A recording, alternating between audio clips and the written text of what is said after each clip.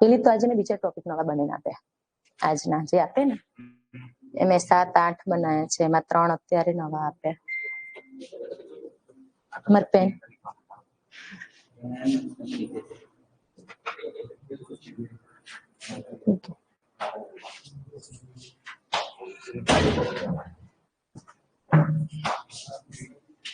Start.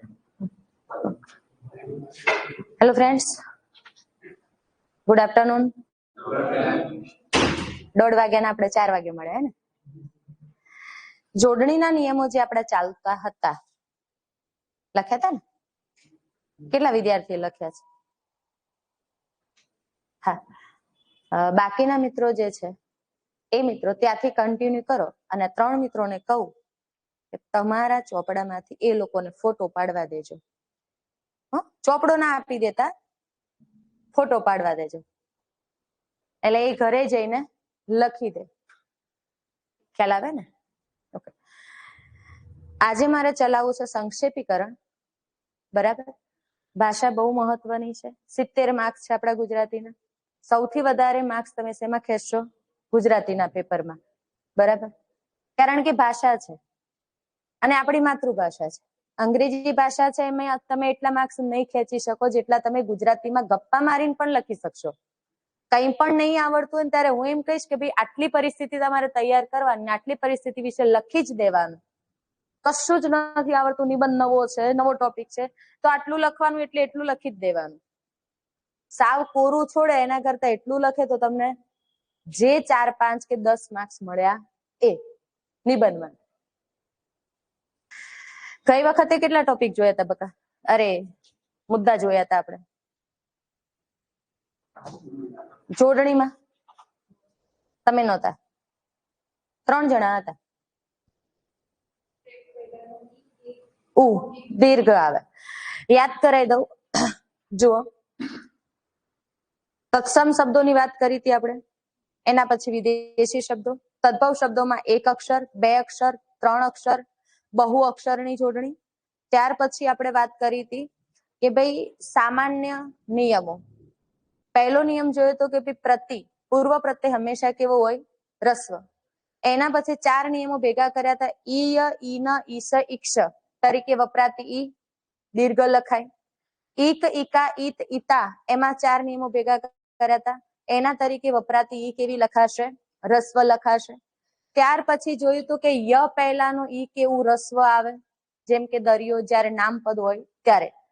ત્યાર પછી આપણે જોયું કે રેપ પહેલાનો ઈ કેવું દીર્ઘ આવે. અહીંયા સુધી આપણે ચર્ચા કરેલી. ક્લિયર છે?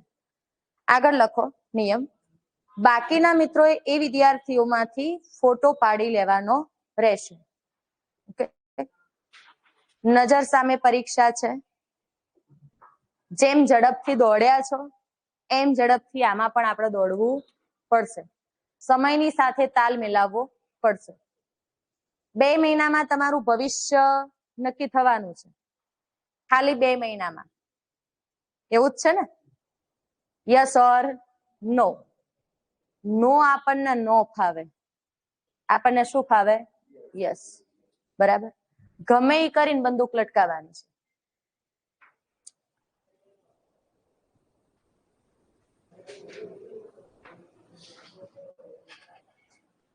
હા, હું એ કોર્સ કેમ લઈ શકું? ઓનલાઈન લેવું હોય તો પ્લીઝ માર્ગદર્શન આપજો. આનો સાહેબ જવાબ તમારે દેવો પડશે. કોર્સની વાત છે, કોર્સ લેવાની વાત છે. હા, એ કરણભાઈ વાત કરો ને, કરણભાઈ અહીંયા બેસાડો. બરાબર? બાકીના જે આ મિત્રોએ જે લખેલું છે ને એવું હોય તો આ લોકોને પીડીએફ બનાવીને તમે જ અહીંયાથી શેર કરી દેજો, જેથી કરીને જેટલા મિત્રોના ફોન નંબર રજીસ્ટ્રેશન છે એ લોકોને પહોંચી જાય. ખ્યાલ આવે ને? બરાબર? એટલે બધાને પહોંચી જાય. ચલો આગળનો નિયમ આપણે લખીએ.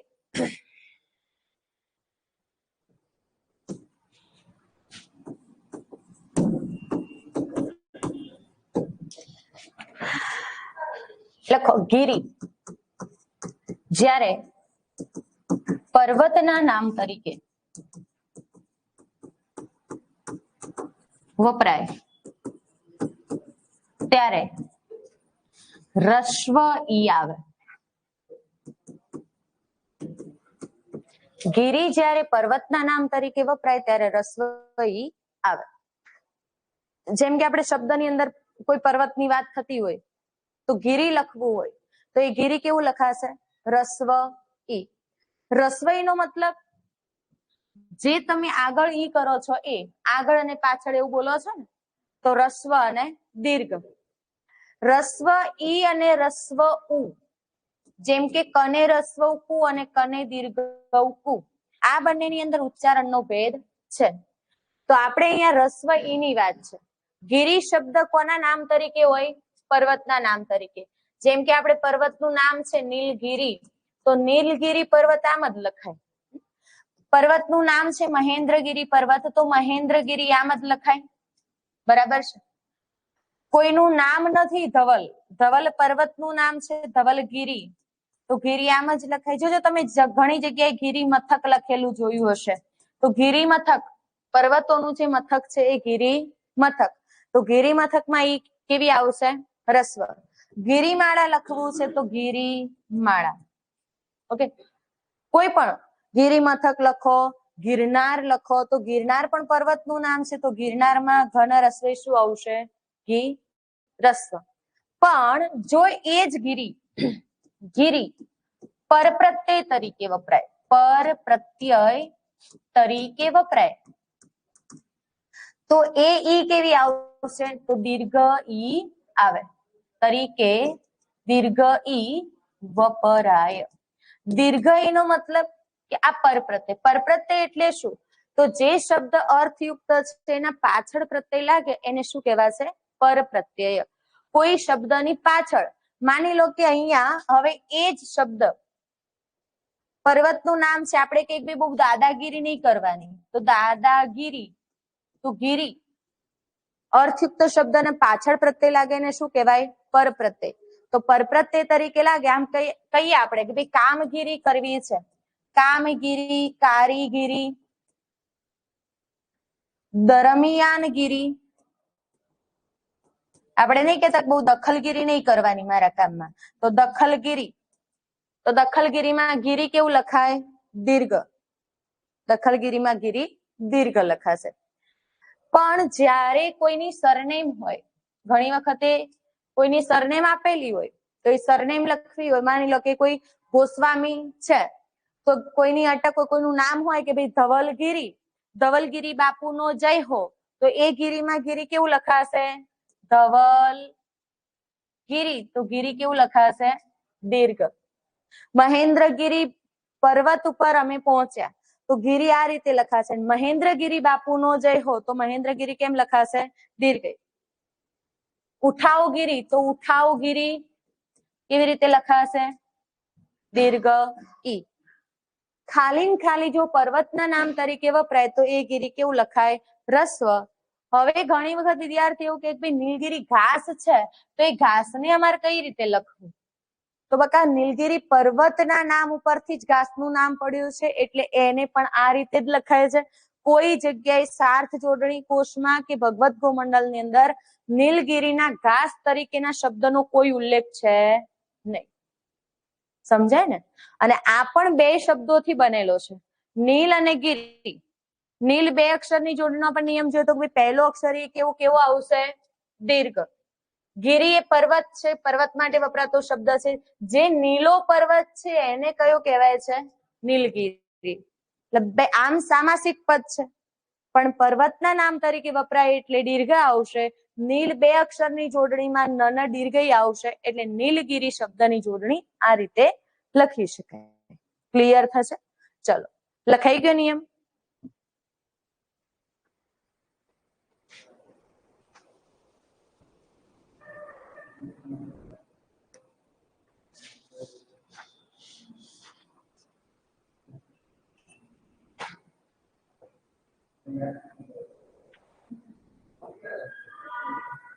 લખ્યું ને? ચલો, એના પછી લખો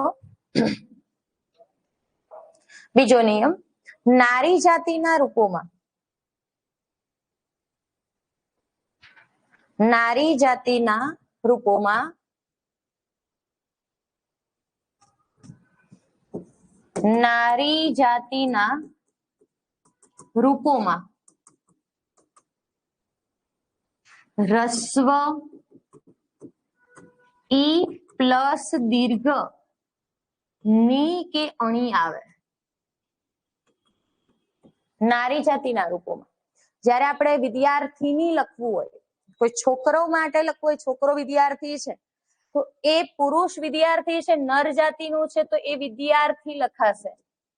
આ વિદ્યાર્થીની આ માલિકી દર્શાવે છે. આ નર જાતિનું રૂપ છે વિદ્યાર્થી, આ ની એને લાગે છે એ શું બતાવે છે? માલિકી. પણ આ જે છે આખું વિદ્યાર્થીની, તો વિદ્યાર્થીની એ આખો એક નારી જાતિનો શબ્દ છે અને એને હું ની લગાડું કે આ પેન વિદ્યાર્થીની છે તો અહીંયા ની માલિકી છે, અહીંયા જયારે બતાવે ત્યારે નારી જાતિની માલિકી છે. એટલે ઘણાને એવું થાય કે બેન બે વાર ની મૂકવાનું, તો વિદ્યાર્થીની ની પેન છે તો વિદ્યાર્થીની કહું તો એ દીકરી છે અને વિદ્યાર્થી કહું તો એ દીકરો છે. ખ્યાલ આવે ને?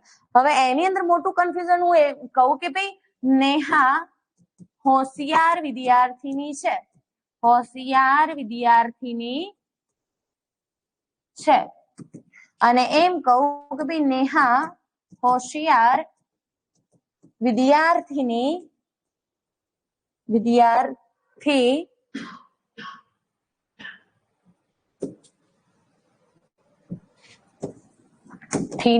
છે. આમાં માલિકી બની જાય છે નારી જાતિનું રૂપ. નારી જાતિ બતાવે છે કે ભાઈ નેહા કેવી છોકરી છે? હોશિયાર વિદ્યાર્થીની છે. અને અહીંયા જુઓ, નેહા હોશિયાર વિદ્યાર્થીની છે તો જે વિદ્યાર્થી ક્લાસમાં હોશિયાર છે ને એની માલિકી કોના ઉપર છે? નેહા ઉપર. તો વાક્યમાં શું બની જાય? અર્થનો અનર્થ. સમજાય વસ્તુ આમાં? તો જ્યાં ત્યાં ખોટી જોડણી લખવાની નહીં. નેહા હોશિયાર વિદ્યાર્થીની છે તો આ મીનિંગ હાસ્યાસ્પદ બની જાય, આ મીનિંગ અર્થયુક્ત બને. એટલે નારી જાતિના જે રૂપો છે એની અંદર રસ્વ ઈ કે પ્લસ દીર્ઘ ની આવે. તો માની લો કે હવે આપણે પહેલું નામ લખવું હોય સરોજીની, તો સરોજીની તો ઈની કેવું આવશે? રસ્વ પ્લસ દીર્ઘ. આપણે લખવું હોય કે ગૃહિણી, તો હીણી ઈણી, તો હને ઈ લાગ્યો, અની સાથે શું છે? ઈ પ્લસ અણ પ્લસ દીર્ઘ. તો અહીંયા આ જ વાત છે ને, રસ્વ ઈ પ્લસ દીર્ઘ અણી, તો આ અણી દીર્ઘ થઈ જાય, આ ઈ રસ્વ થઈ જાય. અક્ષૌહિણી લખવું હોય, અક્ષૌહિણી, રાગિણી, મોહિની, દામિની, યામિની, કામિની, જુઓ ઈ નહીં લાગે. તપસ્વીની, તો કેવા થઈ જશે? તપસ્વીની.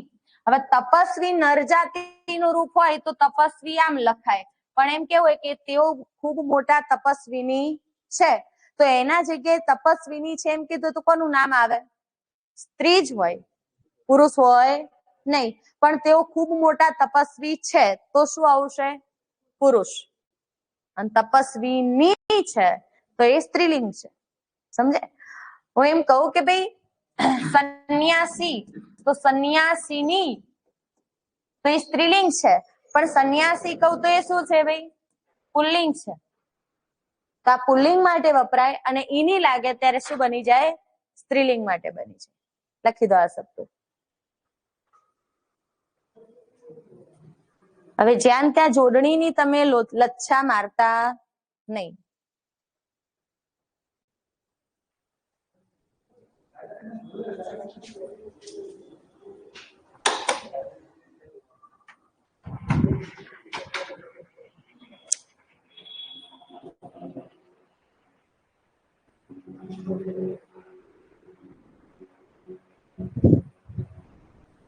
લખાણું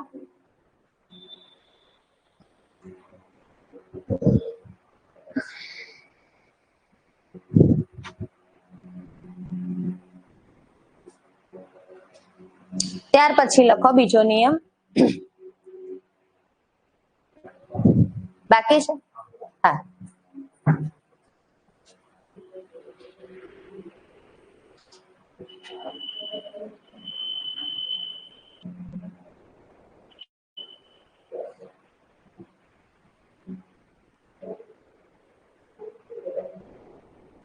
લખાઈ ગયું ને? ચલો, એના પછી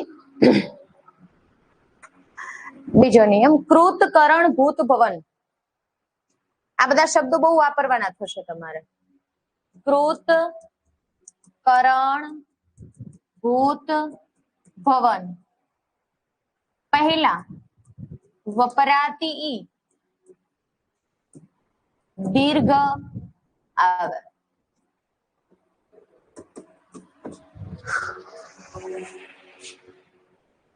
કૃતકરણ ભૂત ભવન પહેલા વપરાતી ઈ દીર્ઘ આવે. કૃતકરણ ભૂત ભવન. હવે કૃતકરણ ભૂત ભવન પહેલાની ઈ, જો માની લો કે ઉર્ધ્વ શબ્દ છે, ઉર્ધ્વ, હવે ઉર્ધ્વ શબ્દ છે એનું મારે લખવું છે ઉર્ધ્વીકરણ, તો અહીંયા પાછળ જયારે કરણ લાગે ત્યારે આગળની ઈ કઈ આવશે? દીર્ઘ. આપણે દર વખતે મહિલા સશક્તિકરણ ખોટું જ લખીએ છીએ. મહિલામાં તો 3 અક્ષરની જોડણીનો નિયમ છે, પણ સશક્તિકરણ કરવાનું હોય ને ત્યારે આપણે આવું કરી દઈએ છીએ ને તમે આને સાચું જ માનો છો, મહિલા સશક્તિકરણ. તો આને તમે કેવું માની લો છો? એકદમ સાચું, પરફેક્ટ સાચું, કારણ કે તમે બધી જગ્યાએ આ શબ્દ જોયો છે ને, જે ખોટો છે. મહિલા સશક્તિકરણ આમ લખાય નહીં. તો મહિલા સશક્તિકરણ ની અંદર સશક્તિકરણ, તમને આ શબ્દ આંખમાં નહીં ગમે, સારો તો આ જ લાગે છે કારણ કે તમે વર્ષોથી આ જોતા આવ્યા છો, હે ને? હવે તમને એમ લખ્યું કે મહિલા સશક્તિકરણનો કાર્યક્રમ અથવા તો મહિલા સશક્તિકરણની યોજનાઓ, કોઈ યોજના વિશે તમારો મુદ્દો પૂછાયો હોય તો એની અંદર તમે મહિલા સશક્તિકરણ આ લખ્યું પછી નીચે અંડરલાઈન કરી, તો બકા જાતે કરીને તમે કહો છો મારી જોડણી ખોટી છે, તમે માર્ક્સ કાપી લો. જોડણી ભણાવવાનો મતલબ એટલા માટે છે, તમારા જે માર્ક્સ કપાશે એ શેમાંથી કપાશે? તો જોડણીના કપાશે, વાક્ય રચનાના માર્ક્સ કપાશે, અને એ જ તો વસ્તુ આપણે અહીંયાથી અલગ પડવાનું છે, બરાબર? તો સશક્તિકરણ, જો ઉર્ધ્વીકરણ છે, સશક્તિકરણ છે. આ ખાનગીકરણ શબ્દ તમારે બહુ વાર લખવાનો થશે. વિલીનીકરણ થયું તો એ બહુ વાર શબ્દ લખવાનો થશે. તમારી અંદર ઉદારીકરણ છે તો ઉદારીકરણ છે, ખાનગીકરણ છે, વિલીનીકરણ છે, ગુણીભૂત છે, બાષ્પીભવન છે, આ બધા શબ્દો તમારે બહુ વાપરવાના થશે. જુઓ, તો આપણે નિયમ જોઈએ કે કૃત કરણ ભૂત ભવન ગુણીભૂત, તો કૃતકરણ ભૂત ભવન પહેલાનો ઈ કેવું આવશે? દીર્ઘ. તો લખે જાઓ. સ્પષ્ટીકરણ જરૂરી છે તો સ્પષ્ટીકરણ શબ્દ લખવો છે. વર્ગીકૃત લખવો છે, વર્ગીકરણ લખવો છે. તો જ્યારે કરણ આવે, અધિકૃત, જો ઘણાને ખબર નથી, અધિકૃત આ રીતે જ લખાય, અધિકરણ. અધિકરણ, કરણ શબ્દની અંદર પૂર્વ પ્રત્યય અધિ છે એટલે અધિમાં રસ્વઈ આવશે, પણ અહીંયા અધિકૃત જે છે અધિકરણ આ રીતે લખાય. આમાં બે નિયમ લાગુ પડે છે. અધિ પૂર્વ પ્રત્યય તરીકે લાગે તો એ રસ્વ આવશે, અને અધિ શબ્દ છે, અધિ એટલે અધિકતમ, વધારે, અને એમાં પાછળ કૃત લાગશે તો એ કેવો થઈ જશે? દીર્ઘ ઈ. લખી દો.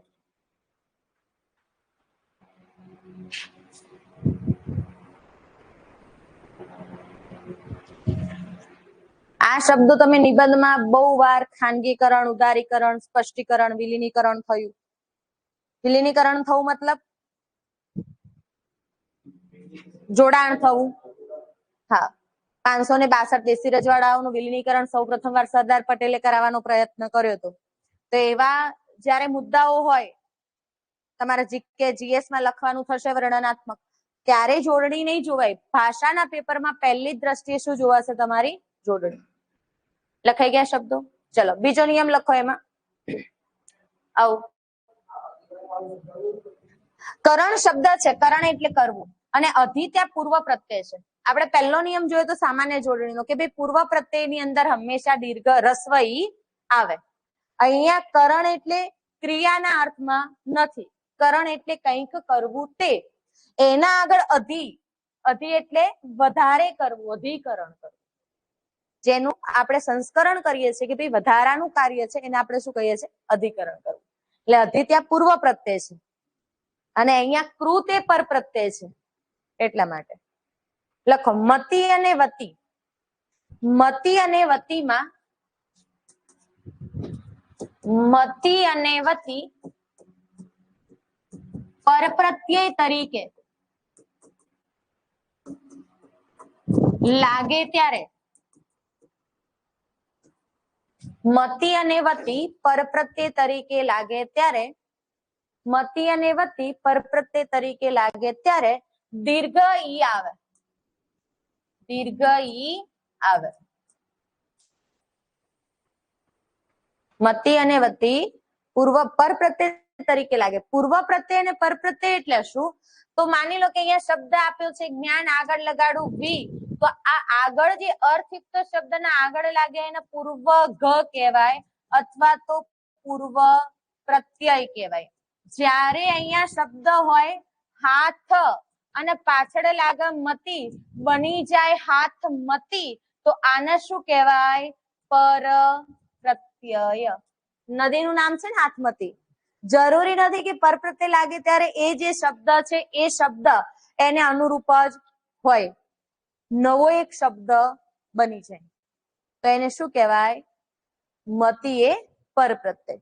લખો હાથમતી, બાસમતી, સાબરમતી, સરસ્વતી, સરસ્વતી, સૌથી ભારે શ્રીમતી, કારણ કે આ શબ્દ તમારે બહુ વાર લખવાનો થશે. શ્રીમતી, શ્રીમાન અને શ્રીમતી, તો શ્રીમતી છે. એના પછી સરસ્વતી છે, શ્રીમતી છે, પાર્વતી છે. ત્યાર પછી લખો સાબરમતી આવી ગયું, હા સરસ્વતી આવી ગયું, હા પદ્માવતી, ભાનુમતી, પણ અનુમતિ આ રીતે લખાય હો, અનુમતિ. અનુ પૂર્વ પ્રત્યય તરીકે છે, મતિ એટલે બુદ્ધિ. મતિ એટલે બુદ્ધિ. તો અનુમતિમાં મતિ એ શબ્દ હતો, આગળ એને લાગ્યું અનુ પૂર્વ પ્રત્યય, એટલે અનુમતિ આ રીતે લખાય, મને તમારી અનુમતિ આપશો જી, હું તમારી અનુમતિ માંગુ છું.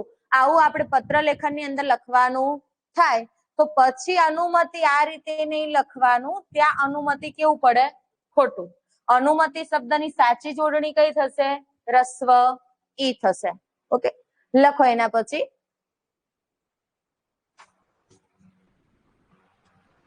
બીજો નિયમ છે, હા, અણુકમાં દીર્ઘ ઉ આવે. અણુકમાં દીર્ઘ ઉ આવે. એની અંદર જુઓ, આપણે શું કરીએ છીએ? નિમણૂક પત્ર આપવામાં આવશે તો બકા નિમણૂક ના આવે. શું આવે? નિમણૂક.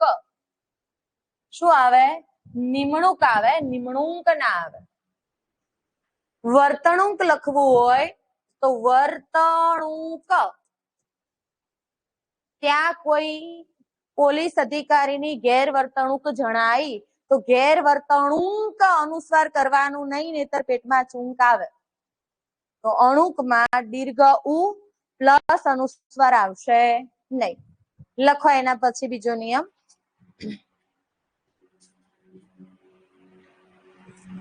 જોડાક્ષર પહેલાનો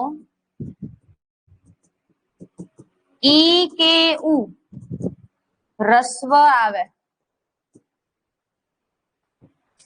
જોડાક્ષર પહેલાનો ઈ કે ઉ રસ્વ આવે.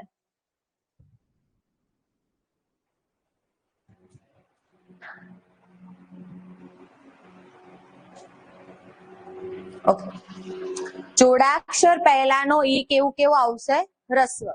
માની લો કે મારે લખવું છે ઇન્દ્ર, તો ઇન્દ્રમાં જોડાક્ષર છે.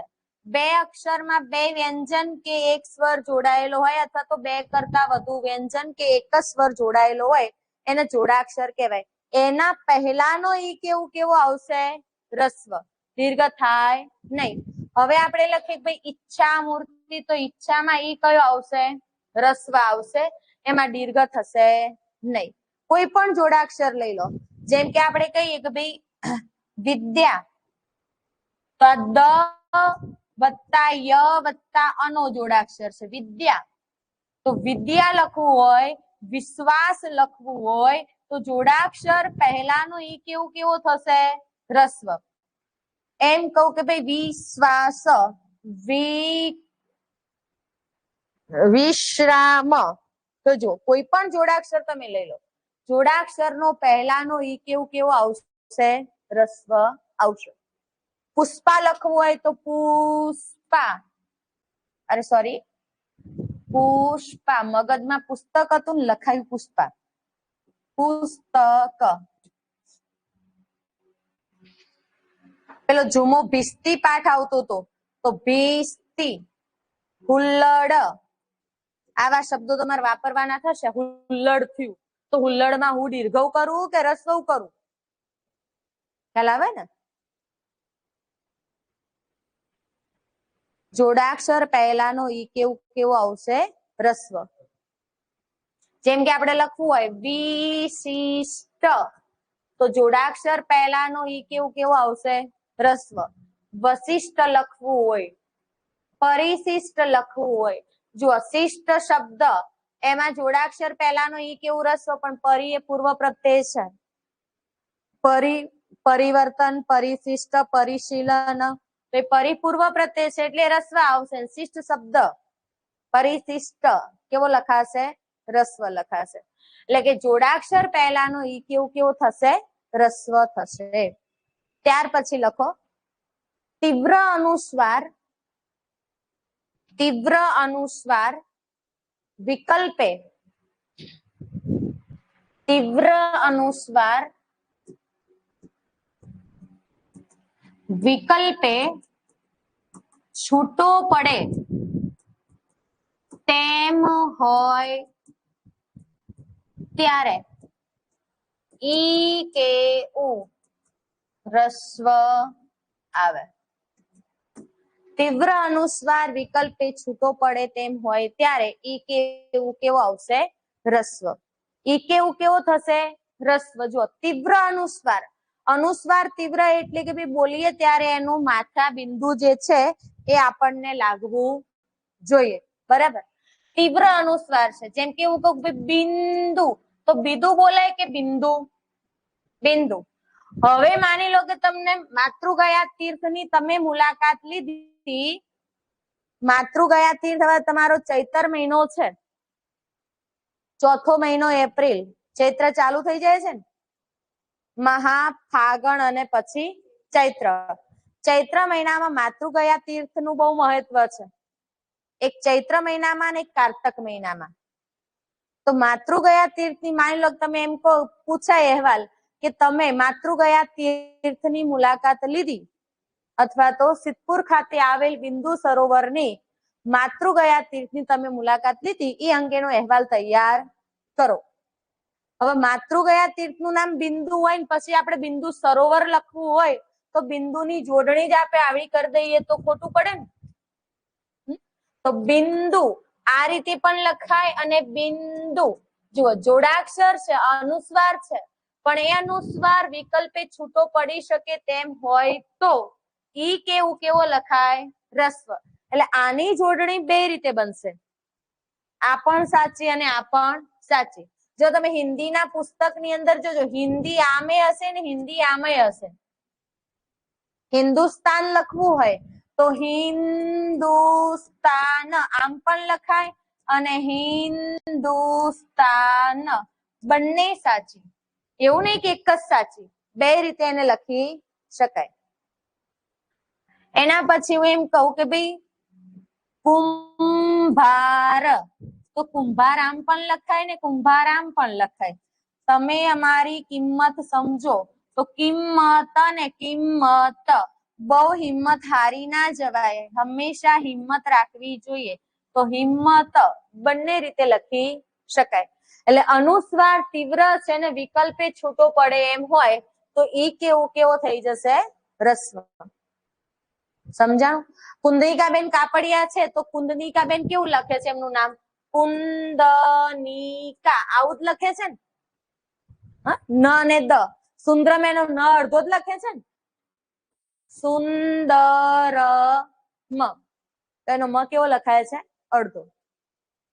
ક્લિયર થશે? ચલો, હા તીવ્ર એમ જ લખાય, એમાં જોડાક્ષર નો નિયમ નથી લાગુ પડતો, એમાં જોડાક્ષર નો નિયમ લાગુ પડતો નથી. તત્સમ શબ્દ જે હોય ને, તીવ્ર અનુસ્વાર, આ બધા શબ્દો છે ને એ તત્સમ છે. તત્સમ માં જેવી હોય એવી જોડણી એમની એમ રે.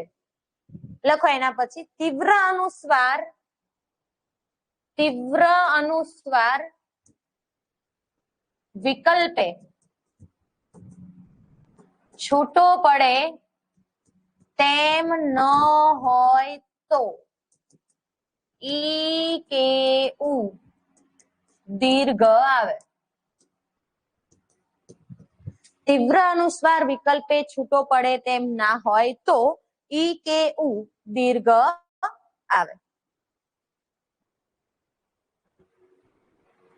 હવે જુઓ, ઈ કે ઉ કેવો થઈ જશે? દીર્ઘ. તીવ્ર અનુસ્વાર અહીંયા વિકલ્પે છૂટો પડે છે. હું એમ કહું મારે લખવું છે પૂંછડું, તો આ પૂંછડું ની સાચી જોડણી છે.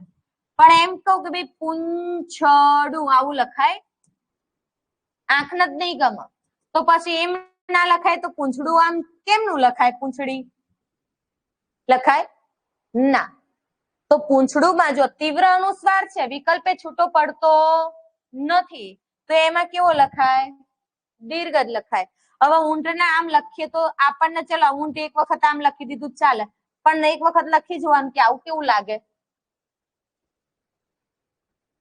આ સાચી છે ઊંટની જોડણી. જો આમ લખાય તો એને આ રીતે લખી શકાય, તો એમ ના લખાય તો ઊંટ કેવું થઈ જાય? દીર્ઘ. બેઠું મગજમાં? એમ કહું કે ભાઈ વિનતી, તો વિનતી આમ જ લખાય કે વિનતી આમ લખાય? જો આમ લખાય તો વિનતી નામ લખાય. સમજાણું? તો આ રીતે એને ચેક કરી જોવાનું. આ રીતે નથી લખી શકાતું તો આ રીતે લખાય નહીં. આપણે એમ કહીએ કે ભાઈ ભીંડો, તો ભીંડો આમ જ લખાય. ભીંત, તો ભીંત આમ જ લખાય. ચૂંટણીમાં ઉભું રહેવું હોય તો ચૂંટણી આમ જ લખાય. એક રાષ્ટ્ર એક ચૂંટણી. હવે ચૂંટણીમાં ચુરસ્વ કરી દીધો તો ચૂંટાઈ જશો પછી તમે અલગ સિતારામાં, હે ને? તો ચૂંટણીમાં ચન દીર્ઘ આવે તો ચૂંટણી આમ લખાય? જોઈ જોવાનું, આમ ના લખાય તો પછી ચૂંટણી આમ ના લખાય. પણ આપણને આવ લખવું ગમે છે તો એકવાર ચેક કરવાનું. આ નથી લખી શકાતું તો આ રીતે લખાય નહીં, તો આ રીતે જ લખાય ચૂંટણી. ભીંત લખવું હોય તો ભીંત રસ્વઈ લખો તો કેવું લાગે?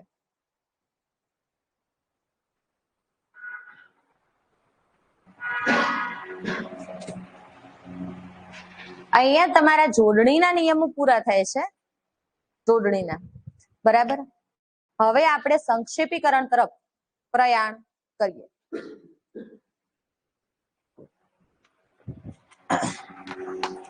ચલો, સંક્ષેપ એટલે ટૂંકું કરવું, એવું થાય ને?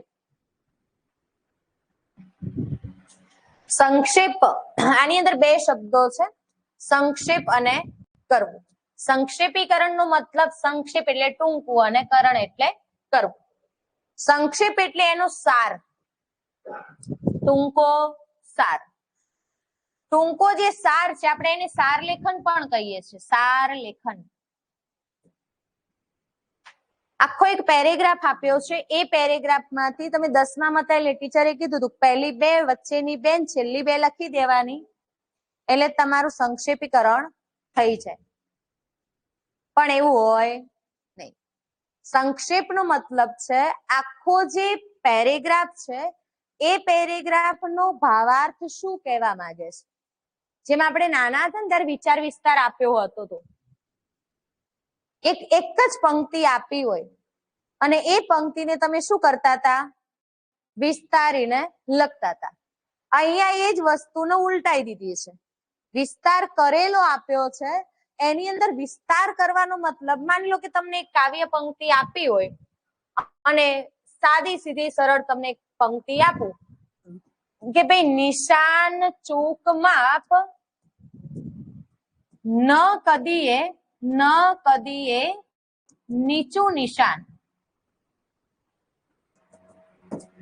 આવી કાવ્ય પંક્તિ આપી છે. નિશાન ચૂક માપ એટલે તમે આ શબ્દનો અર્થ સમજી જશો કે ભાઈ નિશાન ચૂકી જઈએ તો માફ થાય, પણ નીચું નિશાન જ તાક્યું હોય તો એ કદી માફ થાય ના, કોઈ દિવસ થાય નહીં. તો આને સમજાવવા માટે, આ જ પંક્તિને સમજાવવા માટે તમે બીજી વાતનું દ્રષ્ટાંત આપો કે ના આપો? આપો જ. આની અંદર બીજો બધો કચરો એડ કરો, દ્રષ્ટાંત એડ કરો, કહેવતો એડ કરો, રૂઢિપ્રયોગો એડ કરો, સામાસિક પદો એડ કરો. તો જ્યારે આપણે સંક્ષેપીકરણ કરતા હોય ને ત્યારે આ જેટલો કચરો એડ કરતા હતા ને એ બધો વધારાનો કચરાને શું કરવાનો છે? દૂર કરવાનો છે. Same system. પેલામાં એડ કરવાનું હતું, અહીંયા એ જ વસ્તુમાં તમે જેટલું એડ કરેલું છે લેખકે, હવે એ એડ કરેલું છે બધું તમારે શું કરવાનું છે? દૂર કરવાનું છે. જેટલો મહત્વનો મુદ્દો છે એ જ મુદ્દો પકડવાનો થાય. હવે મોટું કન્ફ્યુઝન બેન, મહત્વનો મુદ્દો કઈ રીતે પકડવાનો આ થાય ને, તો એ આપણે અત્યારે શીખવાનું છે. એ જ હું તમને અત્યારે શીખવીશ કે ભાઈ મહત્વનો મુદ્દો તમે કઈ રીતે એને અલગ કરી શકો. ચલો અહીંયા લખ્યું છે કે પહેલા કે ભાઈ સૌથી પહેલા તમારે એક્ઝામ્સ ની અંદર શું કરવાનું હોય, તો જ્યારે તમે એક્ઝામ્સ ની અંદર જાઓ ને ત્યારે પહેલી વખત તો ફકરો તમારે આપેલો છે. સમય તમારે ફાળવી દેવાનો છે. ભાઈ નિબંધની માટે તમારે 35 મિનિટનો સમય જોઈશે. આ જે પ્રશ્ન છે એના માટે સંક્ષેપ માટે મેં તમને 20 મિનિટનો સમય આપ્યો છે. કેટલી મિનિટ છે? 20 મિનિટ. એનું આખું ફોર્મેટ મેં બનાવ્યું હતું કે ભાઈ નિબંધની અંદર 35 મિનિટ, સંક્ષેપીકરણની અંદર 20 મિનિટ, ગદ્ય સમીક્ષા આવે છે એ ગદ્ય સમીક્ષાની અંદર તમારે 24 મિનિટનો સમય ફાળવવાનો છે. ત્યાર પછી પત્ર લેખન છે, એ પત્ર લેખનની અંદર તમારે 15 મિનિટ ઇનફ છે.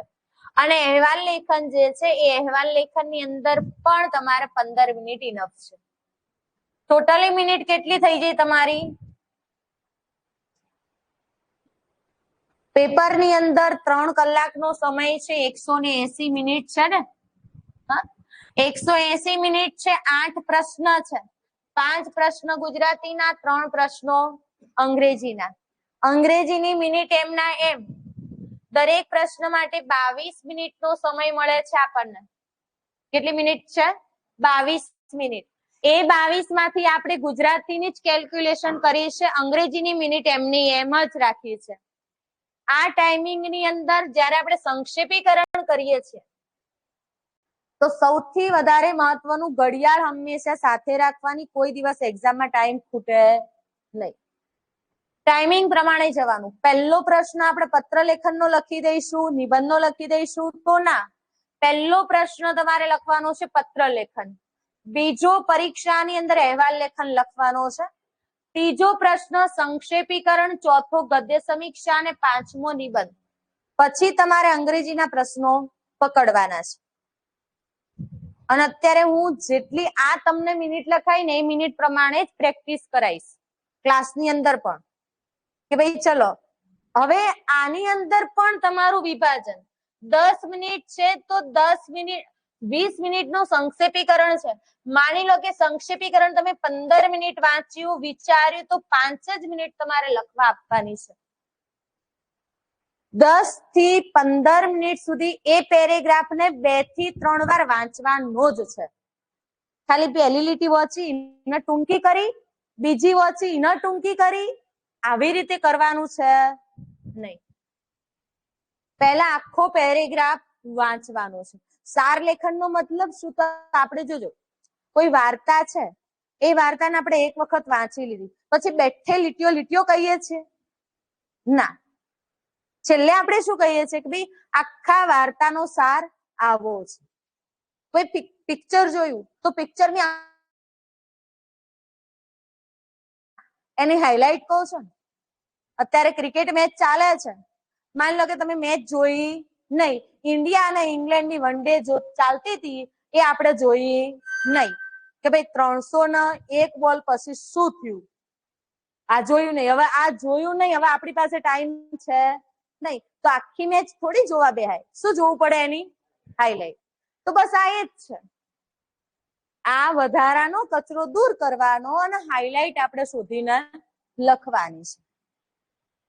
એ હાઈલાઈટ શોધવા માટે પહેલા તો ફકરાને 2 થી 3 વાર તમારે વાંચવો પડે.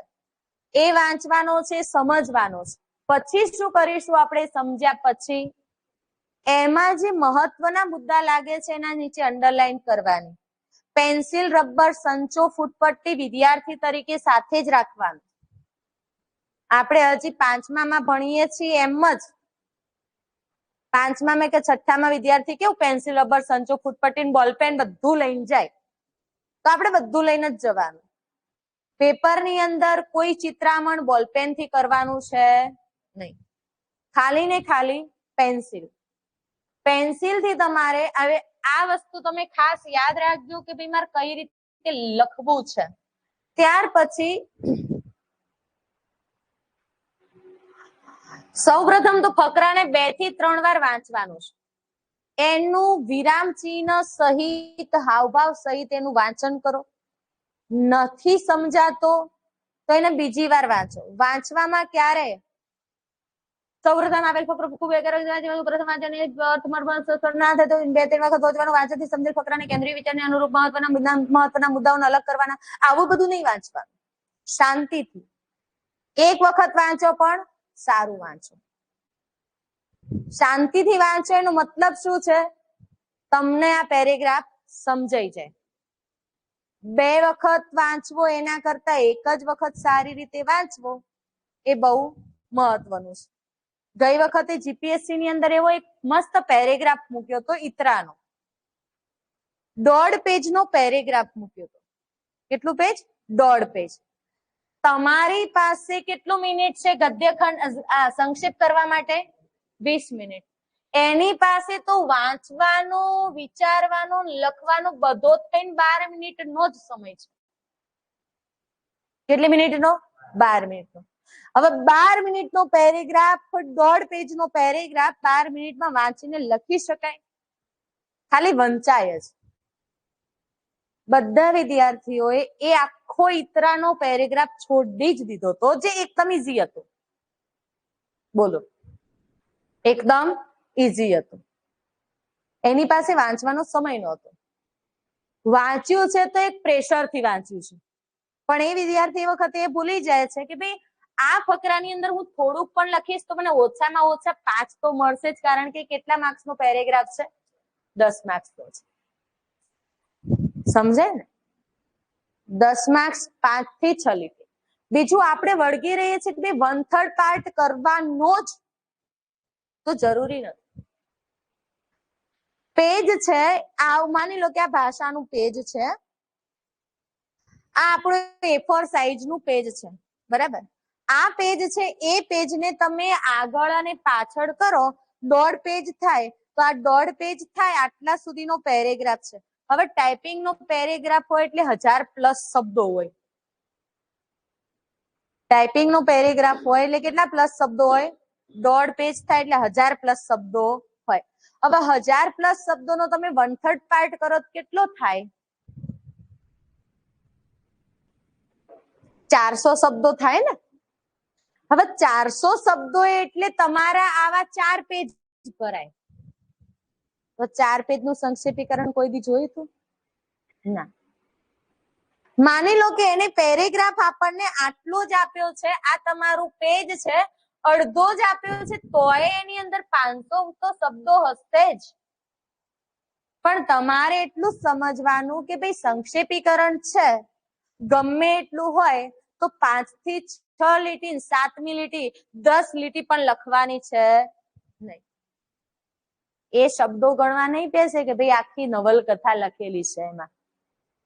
એને ભલે 1.5 પેજ આપ્યું, 2 પેજે આખી ટૂંકી વાર્તા તૈયાર થઈ જાય. સમજાય ને? હવે આખી ટૂંકી વાર્તાનો સાર તમારે 4 થી 5 લીટી કે વધીને 7 લીટીમાં જ લખવાનો છે. અને તમારા અક્ષર તો ટાઈપિંગ નહીં ને, લખાણ છે.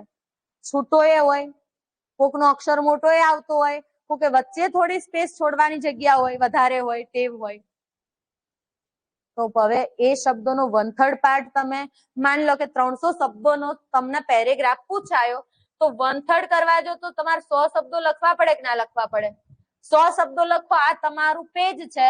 આ પેજની અંદર તમે લખવા જાઓ છો તો એક પેજની અંદર મેક્સિમમ 90 થી 95 શબ્દોની કેપેસિટી છે એવું જીપીએસસી નું માનવું છે કે વિદ્યાર્થીના લખાણના કેટલા શબ્દો વપરાય છે?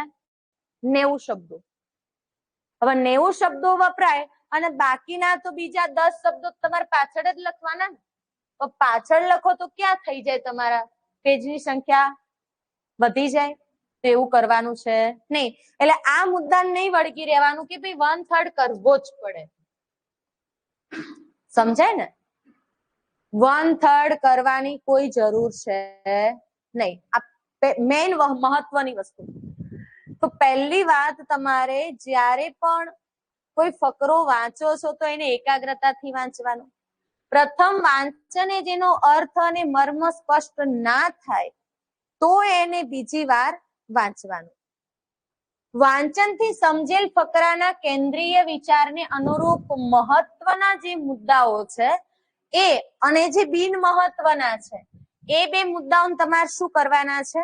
અલગ કરવાના છે. મહત્વના એટલે ઘણી વખતે વિશેષણો હોય, ક્રિયા વિશેષણો હોય, કૃદંત હોય, નિપાત હોય, એવા કચરાની જરૂર હોતી નથી. એમ કીધું કે ભાઈ મહેશ કેરી ખાવા ગયો અને રમેશ પણ પાછળ પાછળ કેરી ખાવા ગયો. આની જગ્યાએ તમે સીધી રીતે લખી શકો રમેશ અને મહેશ કેરી ખાવા ગયા. તો વચ્ચેનો જે કચરો હતો એ કચરાને તમે શું કર્યું? દૂર કર્યો. નકામો હતો. સમજાય વસ્તુ?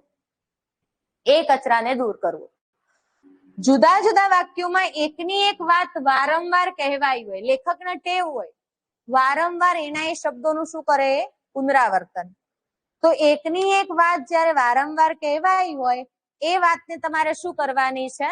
દૂર કરવાની છે. એકની એક વસ્તુનું રિપીટેશન થવા દેવાનું છે નહીં. બીજું, લાંબા વાક્યોને શબ્દ સમૂહમાં પારિભાષિક શબ્દ અને સમાસનો યોગ્ય જગ્યાએ ઉપયોગ કરવો.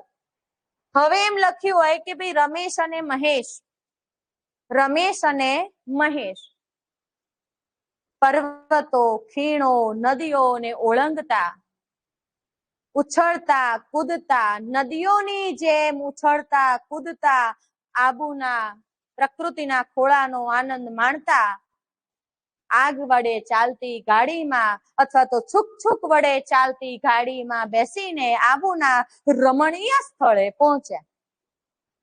કોણ જ્યું? રમેશ ને મહેશ. હવે આગ વડે ચાલતી ગાડીમાં અથવા તો છુક છુક ગાડી, છુક છુક અવાજ કરતી ગાડીમાં મોજ માણતા. તો ત્યાં પ્રકૃતિના જે ખીણ છે, નદી છે, પર્વત છે, આ બધાના જગ્યાએ તમે એક જ શબ્દ વાપરી શકો, પ્રકૃતિનો આનંદ માણતા. રમેશ અને મહેશ આ ગાડીમાં બેસીને પ્રકૃતિનો આનંદ માણતા આબુ પહોંચ્યા. વચ્ચેનો જે કચરો છે શું કરવાનો છે? દૂર કરવાનો છે. તો આગ વડે ચાલતી ગાડી અથવા તો છુક છુક અવાજ કરતી ચાલતી જે ગાડી છે એમાં બેસીને પહોંચ્યા. હવે છુક છુક વડે ચાલતી ગાડી, તો છુક છુક ગાડી એ જ રેલગાડી છે. અથવા તો એના માટે સરસ મજાનો શબ્દ ટ્રેનમાં બેસીને પહોંચ્યા. તો એ તમારો શબ્દ કેવો થઈ જશે? ટૂંકો થઈ જશે.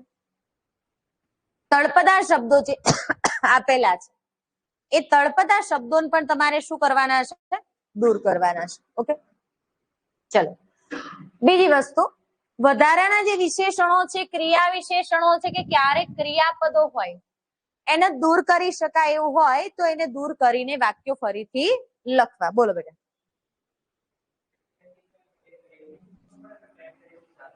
હા હા, ઇંગ્લિશ વર્ડ્સ નો ઉપયોગ કરી શકાય, ટ્રેન લખી શકાય, પણ ટ્રેન નો સ્પેલિંગ ના લખાય. હા હા હા, ચાલે જ ને. હવે હું એમ કહું કે ભાઈ ટેબલ, તો ટેબલ તો અંગ્રેજી શબ્દ છે, એનું ગુજરાતી તમારે મેચ કરવાની જરૂર નથી, પણ ટેબલ નું સ્પેલિંગ નહીં લખવાનું. સ્પેલિંગ ના ચાલે. તમે એમ કહો છો ગુજરાતીમાં જ લખવું તો ગુજરાતી ભાષાની અંદર એની જે લિપિ છે ને એ લિપિ ગુજરાતી રાખવી. લિપિ કઈ રાખવી? ગુજરાતી. સમજાય ને? ઘણી વખત આપણે એમ કે ભાઈ મોબલીચિંગ. હવે મોબલીચિંગ શબ્દ એ કેવો છે? ઇંગ્લિશ છે. મોબાઈલ શબ્દ કેવો છે? ઇંગ્લિશ છે. એનું આપણે થોડું એમ લખીએ છીએ કે ભાઈ ભ્રમણભાસ. મોબાઈલનો દુરુપયોગ લખ્યો હોય તો એમ થોડું કહેવાય કે ભાઈ ભ્રમણભાસનો દુરુપયોગ. ના, મોબાઈલ અંગ્રેજીમાં એનું સ્પેલિંગ નહીં લખવાનું. લિપિ કેવી રાખવાની? ગુજરાતી. ટ્રેન તમે આ રીતે લખી જ શકો બકા, ટ્રેન અથવા તો ટ્રેન.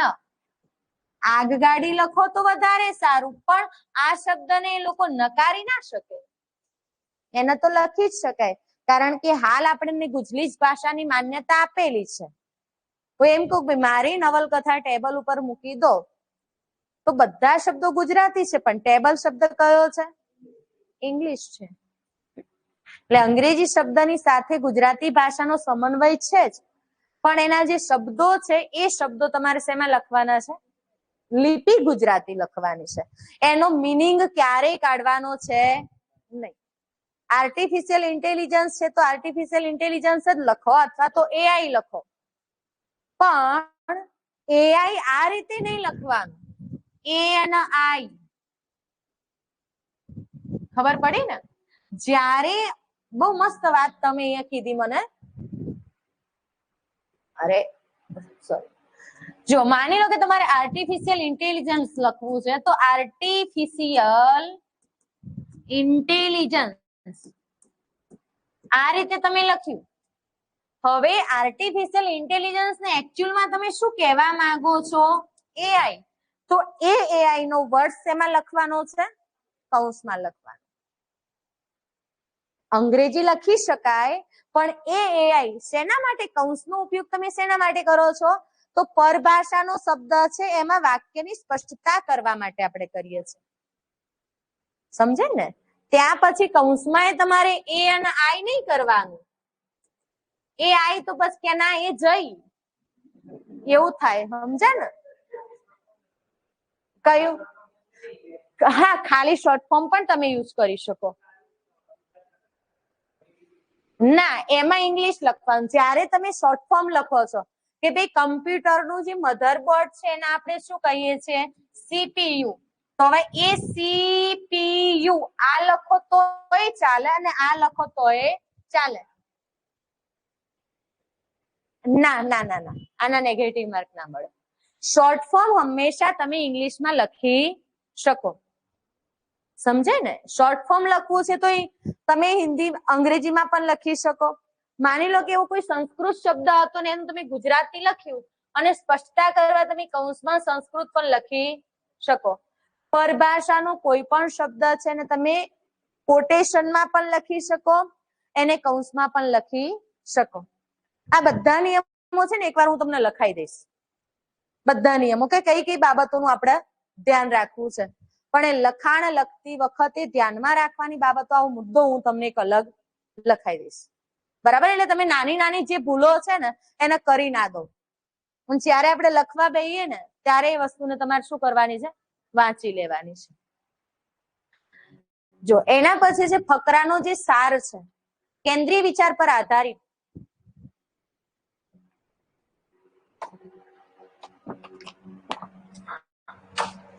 તારવેલા મુદ્દાઓની સળંગ સૂત્રતા, સપ્રમાણ અને અર્થપૂર્ણ શબ્દ પ્રયોગ જાળવવો. સપ્રમાણ. સળંગ સૂત્રતાનો મતલબ શું? હવે બધા શબ્દો જે છે એ બધા શબ્દો વચ્ચેથી તમે ઉપાડ્યા હશે. આ શબ્દ હારો છે, આ શબ્દ હારો છે, આ શબ્દ હારો છે. આને લઈ શકાય, આને લઈ શકાય, આ કચરો છે. કચરાવાળા શબ્દો તમે દૂર કર્યા, પણ સારા જે શબ્દો હતા એ શબ્દોને લઈને યોગ્ય વાક્ય રચના બનાવી. જરૂરી નહીં કે આમાં આગળ શબ્દ આપ્યો છે તો આને પહેલો જ લેવો પડે. વાક્ય રચના બનાવતી વખતે એ શબ્દ છેલ્લે સેટ થતો હોય તો એનું જરૂરી નહીં કે એને પહેલો જ લો. સળંગ સૂત્રતા વાક્યની જળવાવી જરૂરી છે. ઘણી વખત એવું બને કે પેરેગ્રાફ આખો વાંચ્યો હોય, પેરેગ્રાફ ની અંદર શું હોય? દ્રષ્ટાંત હોય. એક વાતને સમજાવવા બીજી વાતનું એને દ્રષ્ટાંત પણ આપ્યું હોય, તો એવા દ્રષ્ટાંતોને દૂર કરવાના. પણ અમુક વખત એવું બને કે ભાઈ દ્રષ્ટાંત એ જ મુખ્ય સ્થાને બની જતું હોય ને એનો નિયમ નીચે આપ્યો હોય, તો આપણે નિયમ ઉપર પણ લઈ જઈ શકાય અને દ્રષ્ટાંતને ટૂંકમાં રજૂ પણ કરી શકાય. એટલે આખા ફકરામાંથી ઉપર નીચે ઉલટ સુલટ એને ગમે તે કરીને એનો નિચોડ કાઢવાનો છે. તમે શું કરશો મને ખબર છે. પહેલી લીટી વાંચી એને ટૂંકી કરી, બીજી વાંચી ટૂંકી કરી, આવું નહીં કરવાનું. આખો પેરેગ્રાફ 2 થી 3 વખત પહેલા તો વાંચી જ જવાનો છે. હવે 2-3 વખત વાંચો ને એટલે હવે તમે તો યાર વિદ્યાર્થી છો, તમને તો યાદ રહી જ જાય કે આમાં શું કહેવા માંગે છે અને શું કહેવા માંગે છે ને એને પોતાની ભાષામાં રજૂ કરવાનું. જરૂર પડે તો આ શબ્દો વાપરી શકાય, જરૂર પડે તો પોતાના શબ્દો પણ એડ કરી શકાય વાક્ય રચના બનાવવા માટે. સંક્ષેપીકરણ એ મૂળ વિષયના 3જા ભાગના શબ્દોનું લખાણ છે. આ બાબતને ચુસ્તપણે વળગી રહેવાનું છે નહીં. રજૂઆત ભલે પોતાના શબ્દોમાં હોય, પરંતુ યોગ્ય અને જરૂરી લાગે તેવા ગદ્યના શબ્દો કે વાક્યોને પણ તમે ઉપયોગમાં લઈ શકો. જરૂર લાગે ત્યાં યોગ્ય ગદ્યના જે શબ્દો છે એને આપણે ઉપયોગમાં લઈ જ શકીએ. કેવી રીતે? માની લો કે કોઈ એક શબ્દો એવા આપ્યા છે કે ભાઈ ગામડાનો વ્યક્તિ જે છે એ ગામડાની વ્યક્તિ શહેરમાં જાય તો એની સાથે તાલમેલ મિલાવીને રહી શકતો નથી. એ જ રીતે ભારતની વ્યક્તિ જો વિદેશમાં જાય છે તો એ બીજા દેશ સાથે તાલમેલ મિલાવીને રહી શકતો નથી. જો એ પોતાના વિચારો, એની રહેણી કરણી છે, એની સંસ્કૃતિ છે એને બદલે તો જ નવીન વાતાવરણની અંદર એ પોતે સારી રીતે ભળી જાય છે અને એની પ્રગતિ શક્ય બને છે.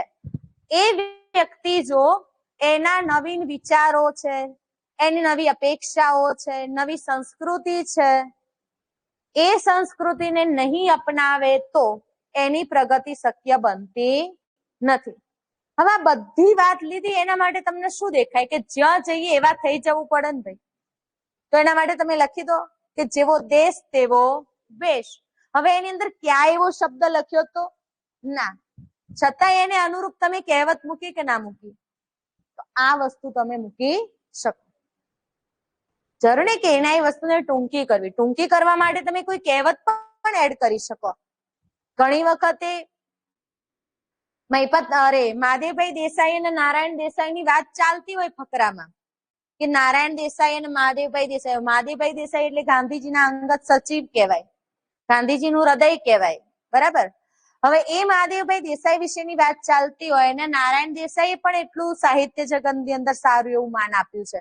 બેની વાત ચાલતી હોય તો તમે કહી શકો કે ના કહી શકો? બાપ એવા બેટા ને વડ એવા ટેટા, મોરડા ઈંડા ચિતરવા ન પડે. તો આવી કહેવતો પણ તમે એડ કરી શકો. અને કહેવત છે તમને યાદ આવે ને આવે જ. તો જે જરૂરી લાગે એવા ગદ્ય ઉક્તિના જે શબ્દો છે એ ઉક્ત થયેલા શબ્દો તમે લખી શકો. આ સાર લેખન છે. સાર લેખનની અંદર તમને સમજાણું છે એ જ વસ્તુ તમારે બીજાને સમજાવવાની છે. આ મેઇન વસ્તુ. તમે જેવું સમજ્યા છો એને તમારી ભાષામાં લખીને એને સમજાવવાનું છે. જેમ કે તમે કોઈ ફિલ્મ જોવા ગયા હોય, માની લો કે તમે પુષ્પા 2 જોઈને આયા. હવે તમે કોઈ બીજી વિદ્યાર્થી તમને પૂછ્યું, તમારા મિત્રએ પૂછ્યું ભાઈ કેવું છે, જોવા જવાય એવું છે? તમે જેવું એને આગળ ચિતરશો એવું જ વિચારશે ને કે ના જવાયેલા પૈસા પડી જાય, કોઈ સાર નથી. અને જો તમે એમ જઈને કીધું કે ના ના ભાઈ બહુ મસ્ત છે, જોઈએ 2 થી 3 વાર જોવાની ઈચ્છા થાય એવું છે, તો એને શું થશે કે ભાઈ કાલ જતો હશે તો કે લાઈન હોદનાની ટિકિટ બુક કરાઈને હું જતો રહું. પણ એક વખત જો તમે ના પાડી દીધી કે ભાઈ સાર છે નહીં, તો એ શું વિચારશે? મેલોન સાર કોઈ જવું નહીં, એના કરતા 100 રૂપિયાનું કોક લાઈન ખાઈ લો ને, પૈસા બગાડવા નહીં. અને જોવું હશે તો જયારે લિંક આવશે ત્યારે આપણે મોબાઈલમાં જોઈ લઈશું, ખોટા ખર્ચા કરાય નહીં.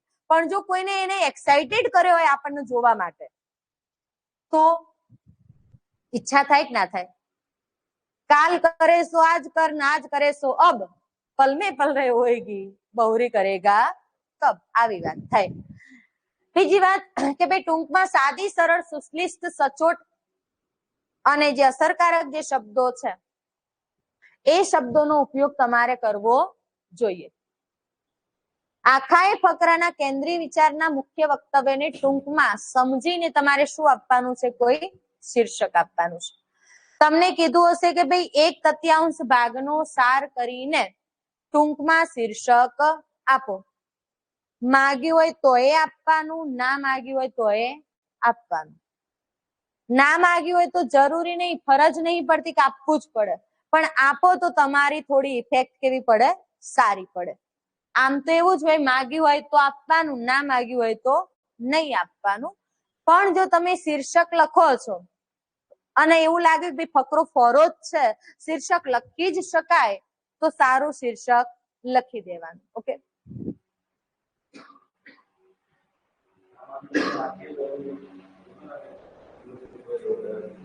હા હા,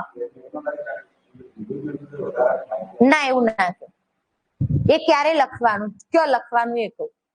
માગ્યું હોય તો મથાળે લખવાનું, ના માગ્યું હોય તો નેચર લખવાનું. ખબર પડી?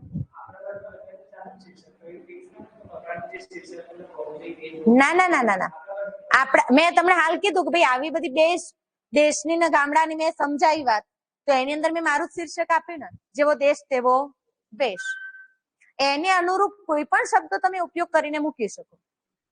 ખ્યાલ આવ્યો? કોઈ કાવ્ય પંક્તિ અસરકારક હોય ને તો એ પણ તમે અંદર એડ કરી શકો. જરૂરી નહીં કે ભાઈ એ જ શબ્દોને આપણે પકડી રાખવાના. બરાબર? અહીંયા એક પેરેગ્રાફ છે કે ભાઈ કુરુક્ષેત્રમાં, હવે ક્યાં ટૂંકું કરવાનું, ક્યાં ભેગું કરવાનું, ક્યાં શું કરવાનું, કાઢવાનું. બરાબર? ફકરાન પહેલા 2 થી 3 વાર શાંતિથી વાંચવાનું છે. જુઓ, કુરુક્ષેત્રમાં ધર્મના રક્ષણ માટે, અધર્મીઓનો અને અન્યાયીઓનો નાશ કરવા માટે યુદ્ધ લડાતું હતું. હવે હું અહીંયા તમને વિચાર કેવી રીતે પકડવો એ સમજાવીશ. બરાબર? સામે પક્ષે પોતાના સગાવાલાઓ અને મિત્રોને જોઈ અર્જુનને ભારે આઘાત અને ખેદની લાગણી થઈ. તેણે શ્રી કૃષ્ણને કહ્યું, હે સખા, આંખમાં કણાની જેમ ખૂંચતા અને સતત પીડા આપતા કૌરવોની સાથે તો મારા કાકાઓ, મામાઓ, પિતામહો, ગુરુજનો, બાંધવો અને મિત્રો પણ છે. એ બધાને યુદ્ધમાં મારવાના છે. એ વિચારે મને શરીરે પરસેવો વળે છે, મારું મોં સુકાય છે અને મારા બધા અંગો ધ્રુજે છે. મારે તો આવું યુદ્ધ કરવું નથી. ત્યારે શ્રી કૃષ્ણએ કહ્યું, હે મૂર્ખ, તું કર્તવ્ય શું છે તે વિશે મૂંઝવણમાં પડ્યો છે. તો પંડિતો જેવા વચનો બોલે છે, પણ કાયરની પેઠે આચાર કરે છે. આ આચાર તને શંકા કુશંકાના 2 પર્વતના જે બહુ ઊંડા, જે ઊંચા શિખરોની ઊંડી ખાઈમાં ધકેલી દેશે. તું મનુ ભગવાનના વંશમાં જન્મેલો હોવા છતાં તે તને આ જગતમાં મળવા મુશ્કેલ એવો, જેની જગતમાં જોડ મળી શકે નહીં તેવો માનવ જન્મ મળ્યો છે. છતાં તું આવું મૂર્ખાઈ ભરેલું ભાષણ કરીને પોતાની જાતને છેતરે છે. આ જગત તો જ્યાં મુસાફરો સતત આવે, રાત રોકાય અને સવારે ચાલ્યા જાય એવી જગ્યા છે. આ જીવન તો ઈશ્વરે તને પાછું ન માગે ત્યાં સુધી એને શું કરવાનું છે? સાચવી રાખવા માટે સોંપેલું છે. તું જેમને જીવતા જાણે છે ને જુએ છે તે તો કેવા છે? અવશ્ય મરેલા જ છે. હજી આગળ ફકરો છે જ. એ તારી આંખ આગળ સ્પષ્ટ દેખાય એવી બાબત તું જોઈ શકતો નથી. તું દરેક વસ્તુમાં સારું પરિણામ જોનાર બને અને તે દ્રષ્ટિ જ જીવનને પુષ્ટ કરે એવું ઉત્તમ ઔષધ છે એ જાણ. તું તારા કર્તવ્યમાં નિષ્ઠાવાળો બન અને યુદ્ધ કર. આશરે કેટલા શબ્દો આપ્યા છે? 245+. હવે જુઓ શું કહે છે? કુરુક્ષેત્રમાં ધર્મના રક્ષણ માટે અધર્મીઓનો અને અન્યાયીઓનો નાશ નાશ કરવા માટે યુદ્ધ લડાતું હતું. આના માટે એક સરસ મજાનો શબ્દ મૂકી શકાય, ધર્મ યુદ્ધ લડાતું હતું. હવે આ શબ્દો વધારાના એડ કરે ને, ધર્મના રક્ષણ માટે, અધર્મીઓનો નાશ કરવા અને અન્યાયીઓનો નાશ કરવા માટે યુદ્ધ લડાતું હતું. તો એના માટે સરસ મજાનો શબ્દ કયો આપણે લખી દઈએ કે ભાઈ ધર્મ યુદ્ધ લડાતું હતું. સમજાણું? મેં એને ટૂંકો કરી દીધો એ શબ્દ. પહેલા તો આખો ફકરો વાંચી લીધો કે ભાઈ આખા ફકરામાં શું કહેવા માંગે છે. અર્જુન કે છે હું યુદ્ધ નહીં કરું, ને કૃષ્ણ કે છે તું કર્તવ્ય ભૂલી ગયો છે. જે સામે પક્ષે તારા જે હગવાલો છે એ બધા તું પોતાના પણ વિચારી રહ્યો છે, પંડિતો જેવા વચનો બોલે છે એના કરતા બધું ભૂલી જા, ધર્મ અને અધર્મનો ભેદ સમજીને યુદ્ધ કર. આવી વાત એને કરી કે ના કરી? આખા ફકરાનો સાર આપણને એક વખત શાંતિથી વાંચ્યો એટલે આપણને સમજાણું. પણ એમને એવી રીતે તો લખી દેવાય નહીં, આપણા શબ્દો એને ભાષાકીય રીતે મૂકવા પડે. સામે પક્ષે પોતાના સગાવાલાઓ અને મિત્રોને જોઈને, હવે પોતાના સગાવાલા અને મિત્રો એના માટે તમે કયો શબ્દ વાપરી શકો? સ્વજનો લખી શકાય ને. ભારે આઘાત અને ખેદની લાગણી થઈ. ભારે આઘાત અને લાગણીની જગ્યાએ આપણે શું લખી શકીએ ભાઈ? દુઃખ થયું. બરાબર છે. તેણે શ્રી કૃષ્ણને કહ્યું, હે સખા, આંખમાં કણાની જેમ ખૂંચતા અને સતત પીડા આપતા, લખી શકાય નડતા અથવા તો ખટકતા. અડચણરૂપ લખી શકાય ને, નડતા, ખટકતા, અડચણરૂપ, નડતરરૂપ આવા શબ્દો તમે વાપરી શકો. પીડા આપતા કૌરવોની સાથે તો મારા કાકાઓ, મામાઓ, પિતામહો, ગુરુઓ, બંધુઓ અને મિત્રો. પાછો એ શબ્દ રિપીટ થયો કે ના થયો? થયો ને. તો હવે એની જગ્યાએ સ્વજનો તો આપણે લખી દીધું, તો એ લખી શકીએ કુટુંબીજનો, અથવા તો લખી શકાય તમારા સ્નેહીજનો, પરિવારજનો. લખાય ને? હા. એ બધાને યુદ્ધમાં મારવાના છે. તે વિચારે મને શરીરે પરસેવો વળે છે, મારું મોં સુકાય છે ને મારા બધા અંગો ધ્રુજે છે. હવે પરસેવો વળે મને શરીરે પ્રસ્વેદ થાય છે. હવે મોં હુકાય કે પછી બધો અંગો ધ્રુજે, એનો મતલબ એક જ થાય કે શું વળે છે? પરસેવો વળે છે. મારે તો આવું યુદ્ધ કરવું નથી. ત્યારે શ્રી કૃષ્ણે કહ્યું કે હે મૂર્ખ, તું કર્તવ્ય શું છે એ વિશે મૂંઝવણમાં પડ્યો છે. હવે કર્તવ્યને ભૂલી જવું એને શું કહેવાય? કિંગ કર્તવ્ય મૂઢ. કિંગ કર્તવ્ય મૂઢ. કર્તવ્ય શું છે એને ભૂલી જવાય નહીં. જુઓ, તું પંડિતો જેવા વચનો બોલે છે ને કાયરની પેઠે આચાર કરે છે. પંડિતાઈ ભરી વાણી બોલે છે એમ કહી શકાય? પંડિતાઈ ભરી વાણી બોલે છે. આ આચાર તને શંકા કુશંકાના બે પર્વતના ઊંચા શિખરોની ઊંડી જગ્યામાં ધકેલી દેશે. હવે પર્વતનો જે શિખરો છે એની ઊંડી જગ્યા છે એને શું કહેવાય ભાઈ? ખેડ. ટૂંકું થાય છે ને, મસ્ત થઈ જશે. આવો નાનો 5 થી 6 લીટીનો જ ફકરો બની જશે આમાં. તું મનુ ભગવાનના વંશમાં જન્મેલો હોવા છતાં, હવે મનુ ભગવાનના વંશમાં જન્મ્યો એને શું કહેવાય ભાઈ? મનુષ્ય. બરાબર. તે તને આ જગતમાં મળવા મુશ્કેલ એવો કેવો દુર્લભ, જેની જગતમાં જોડ મળી શકે નહીં તેવો અજોડ માનવ જન્મ મળ્યો છે. છતાં તું આવું મૂર્ખાઈ ભરેલું ભાષણ કરીને પોતાની જાતને છેતરે છે. પોતાની જાતને છેતરવી એટલે આત્મવંચના કરવી એવું થાય? આત્મવંચના, પોતાની જાતને અન્યથી શું કરવી? વંચિત કરવી, એટલે એને કહેવાય આત્મવંચના. આ જગત તો જ્યાં મુસાફરો આવે, સતત રાત રોકાય અને સવારે ચાલ્યા જાય, એને શું કહેવાય? આપણે કોઈ પણ સ્થળે જવું હોય, અંબાજી દર્શન કરવા જવું હોય અને વચ્ચે કેમ્પ રાખ્યા હોય અથવા તો મોટી ધર્મશાળા આવે, તો મુસાફરો આવે, રાત રોકાય અને પાછા ચાલ્યા જાય, તેને મુસાફરખાનું કહેવાય. યાત્રાધામ કહેવાય, યાત્રી સ્થળ કહેવાય, બરાબર. હારામાં હારો શબ્દ ધર્મશાળા. ચરો કોણાત કે અંબાજીની ધર્મશાળામાં તો ધર્મશાળા. ધર્મશાળા માટે અહીંયા મુસાફરોને ચાલ્યા જવાનું એટલે મુસાફર ખાનું પણ કહી શકાય, અથવા તો ધર્મશાળા. આ જગત એક ધર્મશાળા જેવું છે, કહી શકાય ને. હા, આ જીવન તો ઈશ્વરે તને પાછું ન માગે ત્યાં સુધી સાચવી રાખવા માટે સોંપેલું છે. જો કોઈ વસ્તુ કોઈને તમે આપી હોય ને પાછી માગો ત્યાં સુધી સાચવી રાખે ને શું કહેવાય? થાપણ, અમાનત. આપણે નહીં કેતા તમારી અમાનત લો હવે લઈ જાઓ. દીકરી તો પારકી થાપણ કહેવાય. મા બાપે 25 વર્ષ સુધી સાચવીને રાખી છે ને થાપણ તરીકે, અને જે દિવસે એનો અલમી જાગશે એ દિવસે એને ઉપાડીને લઈ જશે. તો આ જીવન પણ કેવું છે? એક થાપણ જેવું છે. તો થાપણ શબ્દ વાપરી શકાય. તું જેમને જીવતા જાણે છે ને જુએ છે તો અવશ્ય કેવા છે? મરેલા જ છે. તો કેવા છે? જીવતા હોવા છતાં મરેલા હોય એવા, અધમુઆ અથવા તો મૂર્ત છે.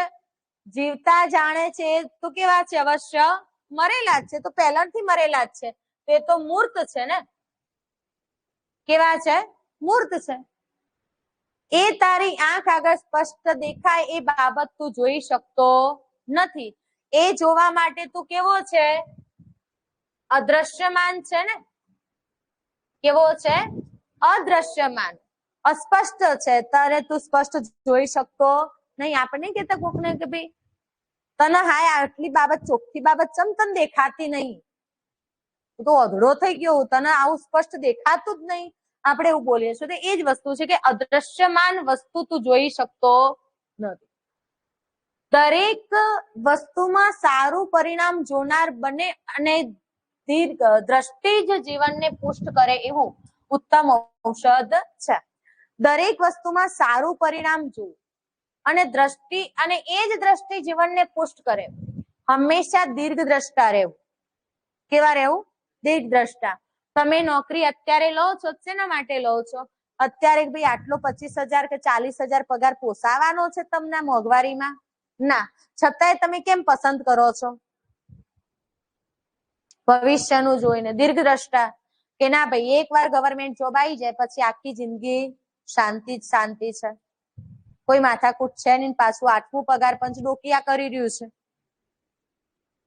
જેના પગાર 40 છે ને લાખે અડતા વાર લાગશે નહીં. હવે લાખ હાલું આપણને આપે કોણ? જો 2 મહિના, 1.5-2 મહિનાની મહેનત છે આપણી, 1.5-2 જ મહિનાની મહેનત છે. અને એ 1.5-2 મહિનામાં જયારે પહેલો જ પગાર ખાતામાં પડશે ને દર મહિને પડી જ જાય, વાર તહેવાર બધું સચવાય એવી સરકારી નોકરી. જરૂર પડે ત્યાં રજા મુકાય, આપણે જ આપણા માલિક. એવું થઈ જાય. રજા મૂકવી છે, ના હું નહીં આવું, બીમાર છું, નહીં આવું. સીએલ મૂકી પછી તમને કોઈ ના બોલાવે. બોલાવે પણ પ્રાઇવેટ જોબ હોય તો કામ ના પૂરું થયું, ના ઓવર ટાઈમ કરીને જાઓ નહીતર પગાર મળશે નહીં, જવું જ પડે. તો આ તો દીર્ઘ દ્રષ્ટા. તમે તમારી નજર કેવી રાખી છે? લાંબી રાખી છે. દીર્ઘ દ્રષ્ટા, દીર્ઘ દ્રષ્ટિ અથવા તો દીર્ઘ દ્રષ્ટા. તું તારા કર્તવ્યમાં નિષ્ઠાવાળો બન અને યુદ્ધ કર. હવે કર્તવ્યમાં નિષ્ઠાવાળો બન અને યુદ્ધ કર એટલે શું કહી શકાય? નિષ્ઠાવાન બનીને યુદ્ધ કર. હવે જો આપણે આખા પેરેગ્રાફની અંદર આપણે શું કર્યું? ફકરાઓને ટૂંકા કરવા માટે શબ્દો લીધા. તો હવે આને આ બધા વાક્યોને ભેગા કરીને આ બધા જે શબ્દો ટૂંકા કરે ને એ ટૂંકા શબ્દોના આવા વાક્યો બનાવીને મૂકી દેવાના છે. આખા ફકરાનો સાર કે ભાઈ કુરુક્ષેત્રમાં ધર્મયુદ્ધ લડાતું હતું. સમજાણું? પહેલું જ વાક્ય આપણે આપણી રીતે ટૂંકું કરી દીધું. કુરુક્ષેત્રમાં ધર્મયુદ્ધ લડાતું હતું. હવે જુઓ, સ્વજનો ખટકતા અને દુઃખ ને કુટુંબીજનો સ્નેહીજનો પ્રસ્વેદ અને વાત કોણ કરતું હતું? અર્જુન અહીંયા શ્રી કૃષ્ણ કહેતો હતો. કુરુક્ષેત્રમાં લડાતા ધર્મયુદ્ધમાં સામે પક્ષે સ્વજનોને જોઈને આંખમાં ખટકતા જેવા સ્વજનોની સામે કુરુક્ષેત્રના મેદાનમાં ધર્મયુદ્ધ માટે સામે પક્ષે આંખમાં કણાની જેમ ખૂંટેલે સામે પક્ષે નડતા સ્નેહીજનોને મારવાના નામથી અર્જુનને ભારે દુઃખ થયું અને પ્રશ્વેદ વળ્યો. એને જોઈને શ્રી કૃષ્ણએ અર્જુનને કહ્યું કે હું યુદ્ધ નહીં કરું. ત્યારે શ્રી કૃષ્ણએ કહ્યું કે તું કિંગ કર્તવ્ય મૂઢ બનીને પંડિતાઈ ભરી વાણી બોલે છે. વાક્ય ટૂંકું બની ગયા છે એકદમ. તું પંડિતાઈ ભરી વાણી બોલે છે. આ જીવન તો એક ખીણ છે. જીવન એક ખીણ છે. અજોડ એવો દુર્લભ મનુષ્ય અવતાર તને મળ્યો છે, ત્યારે તું તારા કર્મથી આત્મવંચિત થયા વિના સામે પક્ષે અહીંયા વાક્ય બેસાડીએ કે ભાઈ આ જગત ની વાત હતી ને, આ મુસાફરખાનાને પણ આપણે શબ્દ વણી લેવાનો છે. અજોડ એવો દુર્લભ મનુષ્ય અવતાર તને મળ્યો છે, એનાથી આત્મવંચિત થયા વિના આ જગત તો એક મુસાફરખાનું છે, ઈશ્વરે આપેલી થાપણ છે.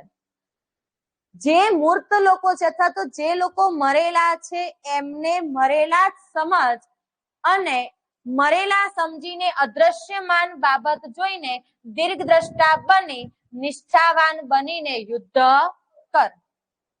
આટલું કહી દીધું છે.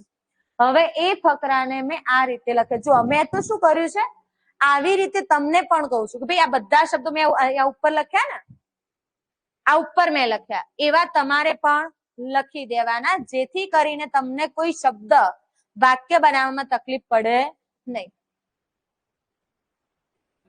જો આ બધા લખી દીધા છે એ રીતે.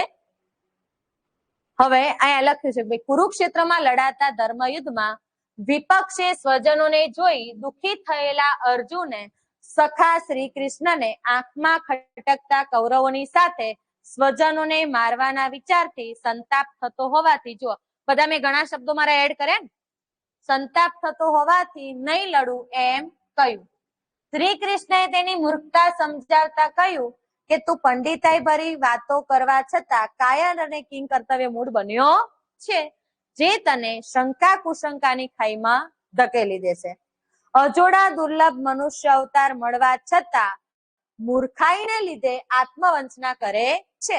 જગત મુસાફરખાનું છે, જીવન ઈશ્વરની થાપણ છે, અને જેને જીવતા જાણે છે તો એ મરેલા જ છે એવી સ્પષ્ટ બાબત જોઈ શકતો નથી.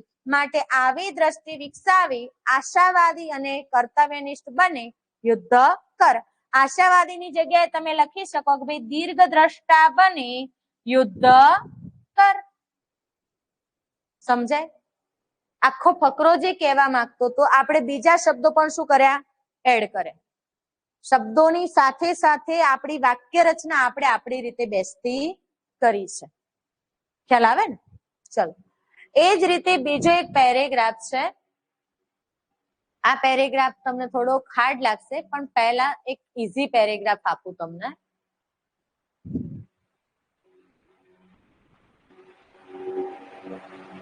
ચલો, એક આ પેરેગ્રાફ છે, સાવ સરળ, તમે સમજી શકો એવો છે. શું લખી શકો શીર્ષક? બોલો. ધર્મયુદ્ધ. વાત જ હતી કે ધર્મયુદ્ધ માટે, અથવા તો એમ પણ લખી શકો કર્તવ્ય નિષ્ઠા, અથવા તો આમ પણ લખી શકાય ધર્મ યુદ્ધ એ જ કર્તવ્ય. ખ્યાલ આવ્યો ને? આ રીતે પણ લખી શકાય. ધર્મયુદ્ધ તમે ગુરુ વિરામ કરીને પણ લખી શકો કર્તવ્ય, એ જ ના લખો તો એ પણ લખી શકાય કર્તવ્ય. સમજાણ? કોઈ પણ શીર્ષક તમે એને આપી શકો, એને યોગ્ય અનુરૂપ હોવું જોઈએ. ધર્મ અથવા તો એમ પણ લખી શકો ધર્મ યુદ્ધ એ જ સાચો વિજય, એમ પણ લખી શકાય. ખ્યાલ આવે? એટલે ધર્મના નામે તમે કઈ પણ એક વાત હતી કે ધર્મ યુદ્ધ લડવાનું હતું, બધી જ બાબતોને અદેખી કરીને શું કરવાનું હતું? યુદ્ધ કરવાનું. એ રીતે શીર્ષક આપી શકાય. ચલો, આ પેરેગ્રાફ છે. હું તમને નિયમ પ્રમાણે કેટલી મિનિટ આપીશ?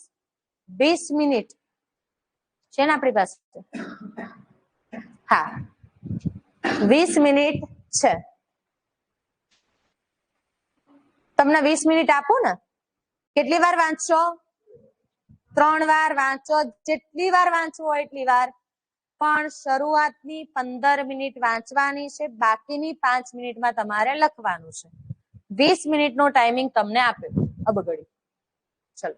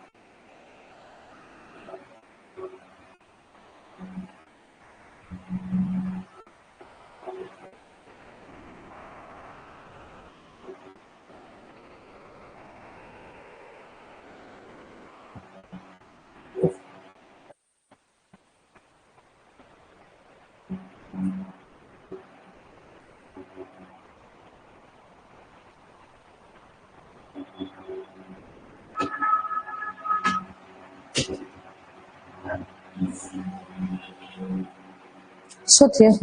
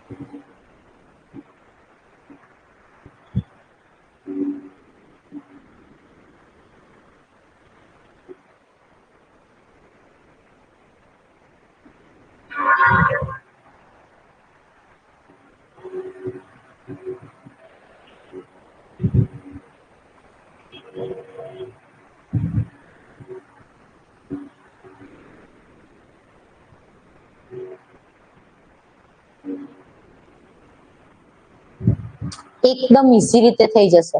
થઈ જાય છે? તમને સમજણ પડી આ પેરેગ્રાફમાં? કેટલી બાબતો કે છે? 3 બાબતો. કઈ કઈ છે? 1, 2 અને 3. એમાંથી સૌથી શ્રેષ્ઠ કઈ છે એટલી સમજાઈ દેવાની છે. સમજાય વસ્તુ? આ સોલ્વ કરાવું? જો હું ટાઈમ આપીશ તો પાછા બીજા સોલ્વ નહીં થાય. મેં આ વિચાર્યું, શીખવાડું છું. હવે અહીંયા જુઓ, પહેલા મસ્ત સમજાઈ દઉં કે ભાઈ વ્યક્તિને માટે શું કે સમાજને માટે શું. જીવનના કેટલા પ્રકાર છે? 3. આ બાબત તો ખાલી શોભાના ગાંઠિયાને જેમ મૂકી હોય ને એવું લાગે. શરૂઆત ક્યાંથી થાય છે? જીવનના 3 પ્રકાર. તો આપણે અહીંયાથી જ કરો ને, જીવનના 3 પ્રકાર. બીજાને મારીને જીવવું એ સર્વત્ર છે, જે આને જ જીવન કલ કહે છે. આ પ્રકારથી જીવન ટકે છે અથવા બહુ બહુ તો વિસ્તાર પામે છે, એટલો જ એમાં લાભ છે, એમાં જીવન સાફલ્ય છે નહીં. આ કયા પ્રકારની વાત કરી? પહેલા પ્રકારની. સાફલ્ય એટલે સફળતા. સાફલ્ય એટલે સફળતા, એમાં જીવનની સફળતા છે નહીં. બીજો પ્રકાર તે પરસ્પર સહકારનો છે. દરેક જાતિ, રાષ્ટ્ર કે ધર્મના પોતાની જે વિશેષતા છે એના કારણે જ એકાંગી છે. એકબીજાના સહકારથી એકાંકીપણું મટી જાય છે, તેથી જીવનનો વિકાસ થાય છે. પહેલામાં શું હતું? જીવનની સફળતા નહોતી. કેમ? કારણ કે એમાં વિસ્તાર પામતો હતો, લાભ થતો નહોતો. બીજો, આમાં જીવનનો ઉત્કર્ષ છે, પણ એમાં જીવનની સર્વોચ્ચ સાર્થકતા દેખાતી નથી. એટલે બીજા પ્રકારને પણ કેવો ગણી દીધો? નકારાત્મક. એમાં જીવનની સાર્થકતા એટલે સફળતા. શબ્દો જુદા જુદા વાપર્યા છે લેખકે. સાર્થકતા એટલે સફળતા.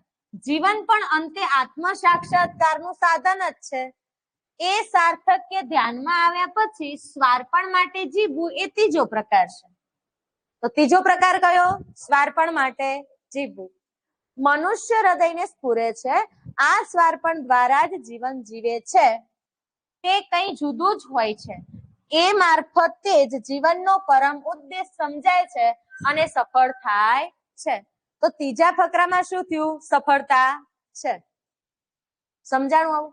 હવે આ ફકરાને આપણે લખવો હોય તો એટલી વસ્તુ આપણને ખબર પડી કે જીવનના 3 પ્રકાર છે. એમાં પહેલામાં વિકાસ થાય છે, પહેલામાં વિસ્તાર પામે છે પણ સફળતા નથી. બીજામાં વિકાસ થાય છે પણ સાર્થકતા નથી. ત્રીજો પ્રકાર સ્વાર્પણનો છે, જેમાં જીવનને શું થાય છે ભાઈ? સમર્પણ થાય છે, આત્મ સાક્ષાત્કારનું જ્ઞાન મળે છે અને જીવન સફળ થાય છે. મસ્ત સમજાણો ના ફકરો? આટલું જ કરવાનું છે. ફકરો તો મેં તમને 5 જ મિનિટમાં કીધું તોય તમને સમજાણો. વિચાર કરો, તમે 15 મિનિટ શાંતિથી ધ્યાનથી વાંચો, તમને સમજે કે ના સમજે? આ કરવાનું છે. પહેલી લીટી, વચ્ચેની લીટી, છેલ્લી લીટી લખવાની છે નહીં. બરાબર? આ ખાસ ધ્યાન રાખવાનું. એ 10માં આપણે કરતા હતા અને લાડવો માર્ક્સ મૂકતા હતા સાહેબ બોર્ડમાં. ગુજરાતીમાં સૌથી ઓછા માર્ક્સ અથવા તો ગુજરાતીમાં ફેલ થયા હોય, આવું થતું હતું. કારણ કે આપણને આ રીતે કોઈ સમજાવનાર હતું નહીં.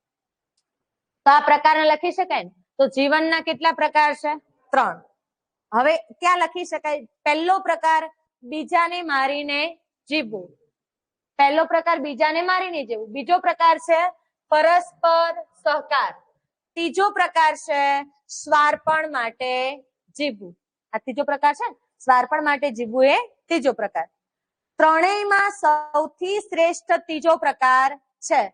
પહેલામાં જીવન વિકસે છે પણ સફળતા નથી. બીજામાં જીવન વિકસે છે પણ સાર્થકતા નથી. ત્રીજામાં આત્મ સાક્ષાત્કાર થાય છે, જેનાથી જીવન સફળ થાય છે, માટે તે શ્રેષ્ઠ પ્રકાર ગણાવ્યો છે. આટલું લખો એટલે તમને પૂરેપૂરા માર્ક્સ 7 માર્ક્સ મળવા પાત્ર છે.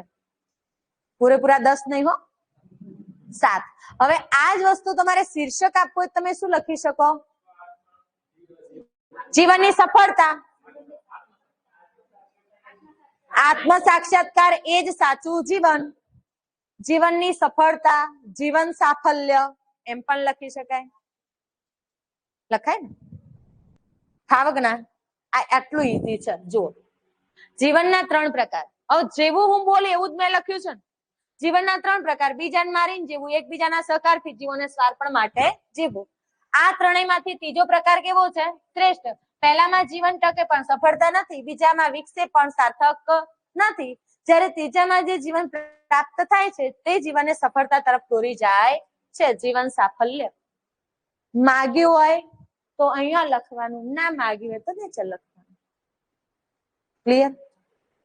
થાવા ને? હવે આપો એક બીજો ફકરો.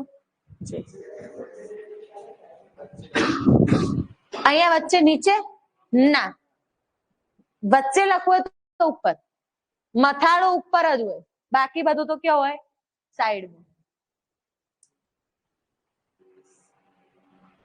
વાંચો, બીજા તમને આપેલા છે ને આ પેમ્ફલેટ 3 છે હે ને, આન્સર સાથે છે.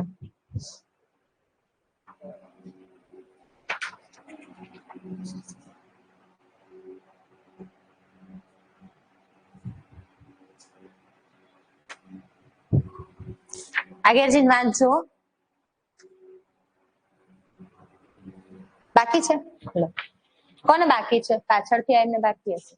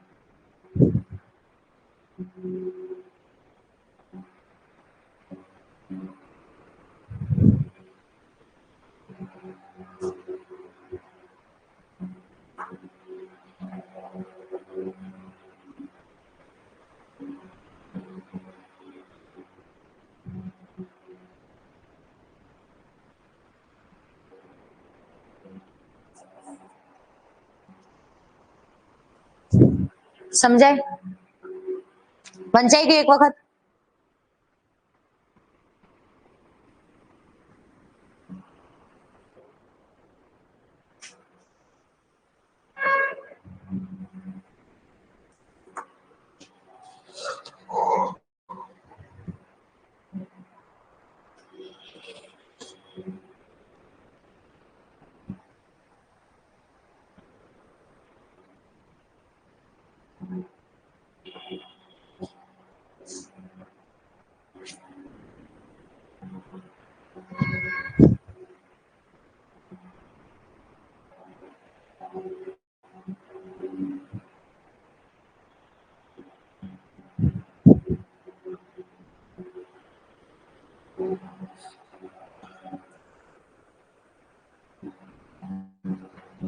ચલો એકવાર વાંચો તમે ફકરો.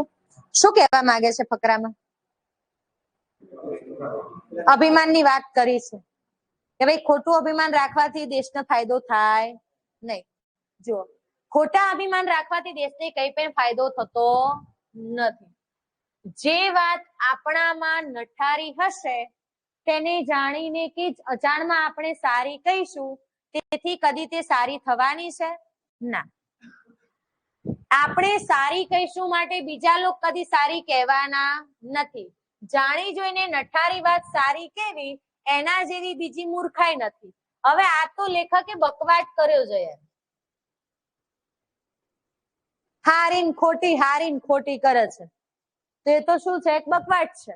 હજી જુઓ, નઠારી વસ્તુને સારી માનવાથી મોટામાં મોટું નુકસાન એ છે કે એને કોઈ વખત સારી થવાનો સંભવ રહેતો નથી. પાછું એ વાતને એમ જ કહે છે કે ભાઈ ખોટું અભિમાન રખાય નહીં. ખોટી બડાઈઓ મારવાથી આપણે આપણી જાત પર જ નુકસાન કરીએ છીએ. આટલું જ કહેતો હતો ને. એ વાતને સમજાવવા બીજી વાતનું દ્રષ્ટાંત આપી જુઓ. આપણા શરીરમાં રોગ થયો હોય અને આપણે અભિમાનથી એમ જ માની બેસે કે આપણે આરોગ્યવાન છીએ, તો એ અભિમાનનું પરિણામ મરણ સિવાય બીજું કદી એ થવાનું નથી. તો આ ખોટો અભિમાન રાખવાથી નુકસાન થાય એ વાતને સમજાવવા એને શું આપ્યું? દ્રષ્ટાંત. હવે બીજું આપી દ્રષ્ટાંત. આપણે નિર્ધન છતાં ધનવાન છે માનીને ફર્યા કરીએ તો આપણે દરિદ્રતામાં સડ્યા જ કરીએ. એમાં શું આશ્ચર્ય? તો આ બીજું દ્રષ્ટાંત આપ્યું. આપણને એક પણ અક્ષર ના આવડતો હોય અને મહાપંડિતનો ગર્વ રાખીને ફરીએ, તેથી શું કદી પણ વિદ્યાના જે લાભ છે તે મેળવવાને શક્તિમાન થઈશું તો એક વાતને સમજાવીને 3 દ્રષ્ટાંત આપ્યા. કયું? એક રોગીનું દ્રષ્ટાંત આપ્યું, એક નિર્ધન ધનવાનનું દ્રષ્ટાંત આપ્યું, ત્રીજું વિદ્યાનું દ્રષ્ટાંત આપ્યું. એવું જ હવે આ વાતને કોની સાથે એની સરખાવી છે? દેશ સાથે. જેવું એક માણસનું છે તેવું કોનું છે? દેશનું પણ સમજવું. દેશનું ખોટું અભિમાન દેશીઓ રાખે, તેના દૂષણો તરફ નજર કરે, દૂષણો દેખે પણ એને ભૂષણ રૂપ માની લે, દેશની ખરાબી થતી હોય તો પણ બડાઈને સારું બહુ આબાદ છે. એવા તડાકા મારે તો બેશક તે દેશ પાયમાલ થયા વિના રે નહીં. એવા મિથ્યાભિમાનીઓને દેશાભિમાની કહેવાને બદલે દેશના ખરા દ્રોહી કહેવા જોઈએ. હવે દેશના ખરા દ્રોહી એટલે દેશદ્રોહી કહેવા જોઈએ. તેઓમાં દેશ પ્રીતિ નથી, પણ મૂર્ખાઈના ઘરનો બહુ જ નાશકારક ગર્વ છે. આખા ફકરામાં હું કીધું તમને? જેમ મિથ્યાભિમાની માણસ ખોટું અભિમાન રાખીને પોતાની જાતને નુકસાન પહોંચાડે છે, એ જ રીતે દેશના જે મોટા લોકો છે એ દેશ પ્રત્યે ખોટું અભિમાન રાખીને દુર્લક્ષ તરફ એને લઈ જાય છે. એટલે ખોટું અભિમાન રાખનાર વ્યક્તિ એ ખરેખરમાં તો દેશાભિમાની નહીં, પણ એ ખરા અર્થમાં તો દેશદ્રોહી છે. આટલું તમને સાર મળે. વચ્ચેનો કચરો બધો શું કરવાનો છે? દૂર કરવાનો છે. વાતમાં કોઈ સાર છે ના, છતાં એને કેવડો મોટો પેરેગ્રાફ કર્યો જુઓ. થઈ ગયો એનો 1/3 પાર્ટ. મિથ્યાભિમાની દેશનો શું નોતરે છે? સર્વનાશ. દેશ માટે ખોટું અભિમાન રાખનાર, અહીંયા હવે લખ્યું હતું ને કે ભાઈ દૂષણો તરફ નજર કરે, દૂષણો તરફ શું કરે છે? દુર્લક્ષ સેવે છે, ખોટી બડાઈ મારે છે, દેશને શું કરે? પાયમાલ કરે. માટે દેશદ્રોહી બનવું જોઈએ નહીં. પાઠનું શીર્ષક શું આપી શકાય? મિથ્યાભિમાન. જેવો ભટ્ટ આવતો હતો ખબર તમને? મિથ્યાભિમાની રતાંદડાનો રોગ હતો, છતાંય મને દેખાય છે કરીને કેટલો હેરાન થયો હતો. તો બસ એના માટેની જ વાત કરે છે. એટલે એના માટે એક મસ્ત વિધાન કીધું છે, તરણાઓથી ડુંગર ને ડુંગર કોઈ દેખે નહીં. સરકારનું કામ આવું છે. હા, તમારે આના જ જોવાનું, આના પાછળના આ કર્મો જોવાના નહીં. હા, એટલે તમે નીચે લખવું હોય તો લખી શકાય. ધીરા ભગતની પંક્તિ એડ કરી શકાય કે ભાઈ તરણાઓથી ડુંગરે ડુંગર કોઈ દેખે નહીં, એવું એક મિથ્યાભિમાની વિચારે છે. લખવો છે ફકરો? લખી શકો? ચલો સાહેબ બંધ કરવાનું છે. એક આ આપું તમને. હા ચલો, આ ફકરો તમે વાંચો અને લખો, પછી હું સોલ્વ કરાવું.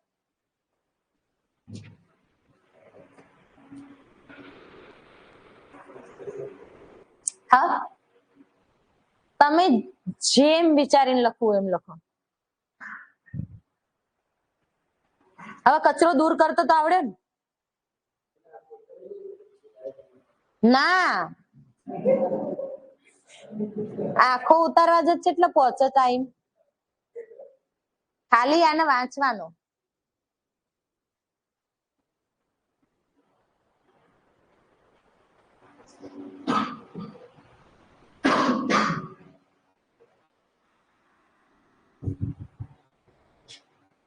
આપણે 7 માર્ક્સ લેવાના છે.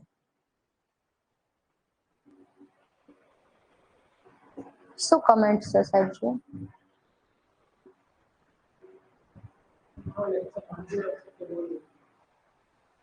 મંડે અને પછી બુધવારે છે.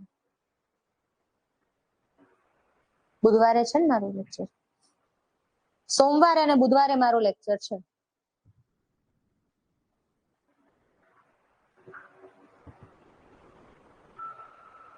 બુધવારે પણ આપણે 4 વાગે અહીં મળીશું. કેટલા ગુલ્લી મારવાના? જો તમે અહીંયા ગુલ્લી મારી એવું કરશો ને તો તમે ગુલ્લીઓ જ મારે જશો.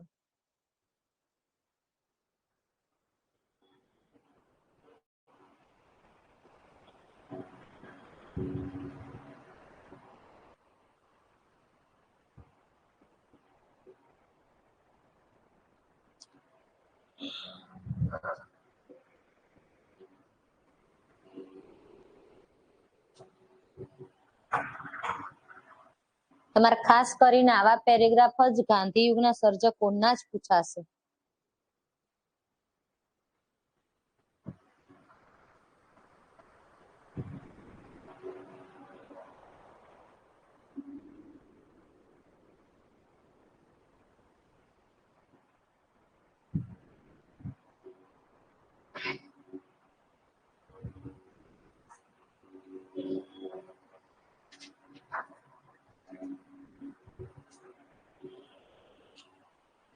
આવો છો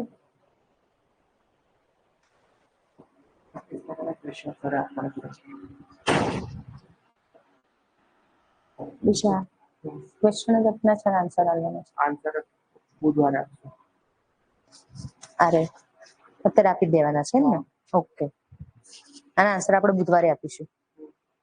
બરાબર, આપી દઈએ. સ્ટુડન્ટને આપી દેવાના છે.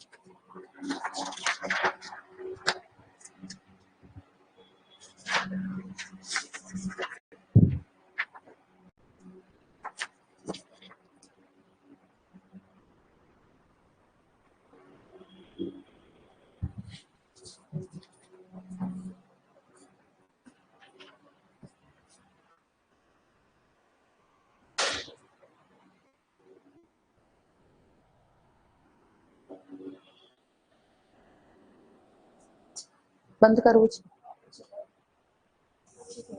ઓછું કરું છું.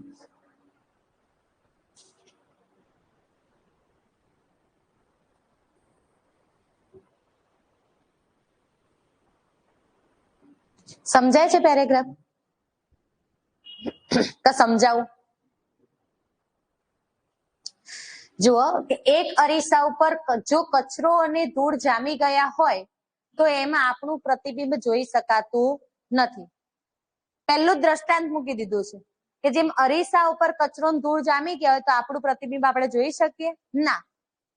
અજ્ઞાન અને દુષ્ટતા આપણા હૃદયના અરીસા ઉપર કચરા અને ધૂળ સમાન છે. તો અહીંયા અજ્ઞાન અને દુષ્ટતા સમજાવે છે, જેમાં આપણે આપણી જાતનો જ સૌથી પ્રથમ વિચાર કરીએ છીએ તો સ્વાર્થીપણું એ મોટામાં મોટું પાપ છે. જે એમ વિચારે છે કે હું પહેલો ખાઈ લઈશ, બીજાઓ કરતા વધુ ધન મેળવીશ અને બધું મારી પાસે જ રાખીશ, જે એમ વિચારે છે કે બીજાઓની પહેલા હું સ્વર્ગે જઈશ, બીજાઓની પહેલા હું મુક્તિ મેળવીશ, તે મનુષ્ય કેવો છે? સ્વાર્થી છે. નિસ્વાર્થ મનુષ્ય કહે છે કે હું છેલ્લો રહીશ. નિસ્વાર્થ મનુષ્ય એવું કહે છે કે હું છેલ્લો રહીશ, હું સ્વર્ગમાં જવાની દરકાર રાખતો નથી. તમારી બે હવે શરૂ થશે. રાખતો નથી. વળી જો નરકે જવાથી પણ મારા ભાઈઓને હું મદદરૂપ થઈ શકું તો હું નરકે જવા પણ તૈયાર છું. આ નિસ્વાર્થ વૃત્તિ ધર્મની કસોટી છે. તમને અહીંયા શીર્ષક મળી ગયું, નિસ્વાર્થ વૃત્તિ. અહીંયા આપણા હૃદય રૂપી અરીસા ઉપર અજ્ઞાનતા અને દુષ્ટતા જામી ગયા છે. તો હૃદય રૂપી અરીસા ઉપર અજ્ઞાનતા અને દુષ્ટતા રૂપી કચરો જામી ગયો છે. તેના કારણે મનુષ્ય કેવો બની ગયો છે? સ્વાર્થી. જે વ્યક્તિ પોતાનો વિચાર કરીને બીજાનો વિચાર કરતો નથી એ કેવો છે? સ્વાર્થી છે. પણ નિસ્વાર્થ વ્યક્તિ કેવી છે? તો નિસ્વાર્થ વ્યક્તિ તો બીજાને માટે નરકે જવા પણ તૈયાર છે. માટે કહી શકાય નિસ્વાર્થ વૃત્તિ એ જ સાચો ધર્મ. સમજાય ને? આખો પેરેગ્રાફ મસ્ત હતો. જો આ રીતે એને લખી શકાય, મનુષ્યના હૃદય રૂપી અરીસામાં અજ્ઞાનતા અને દુષ્ટતાની ધૂળ જામી જવાને કારણે એ પોતાનું સાચું રૂપ નિહાળી શકતો નથી. સ્વાર્થી માણસને સૌથી પ્રથમ પોતાનો જ વિચાર આવે છે. પોતે ખાઈ લઈશ, ધનવાન બનવાની કે એકલા સ્વર્ગે જવાની વૃત્તિ કેવી છે? ખરાબ છે. નિસ્વાર્થ વૃત્તિ માણસને અન્યને મદદરૂપ થવાનું હોય તો નર્કમાં જવાનો પણ એને વાંધો છે નહીં. આવી નિસ્વાર્થ વૃત્તિ એ જ સાચા ધર્મની કસોટી છે. તો નિસ્વાર્થ વૃત્તિ સાચો ધર્મ. ગુરુ વિરામ અહીંયા આવશે. લખી શકાય કે નહીં? કેટલો મસ્ત ફકરો હતો. અઘરામાં અઘરો ફકરો પણ આપણે આસાનીથી સોલ્વ કરી શકીએ. હવે બીજી વાત, અહીંયા આપણું સેશન આપણે પૂરું કરીએ છીએ. સરસ મજાની વાત કરું, તમને જે આપ્યા એક્ઝામ્પલ કેટલા છે? 30 થી 40 જેટલા છે. કેટલા છે? 39 છે. આટલા જ ફકરા તમે ઘેરથી સોલ્વ કરજો. આટલા જ ફકરા. આનાથી બીજું વિશેષ કરવાની તમારે કોઈ જરૂર છે નહીં.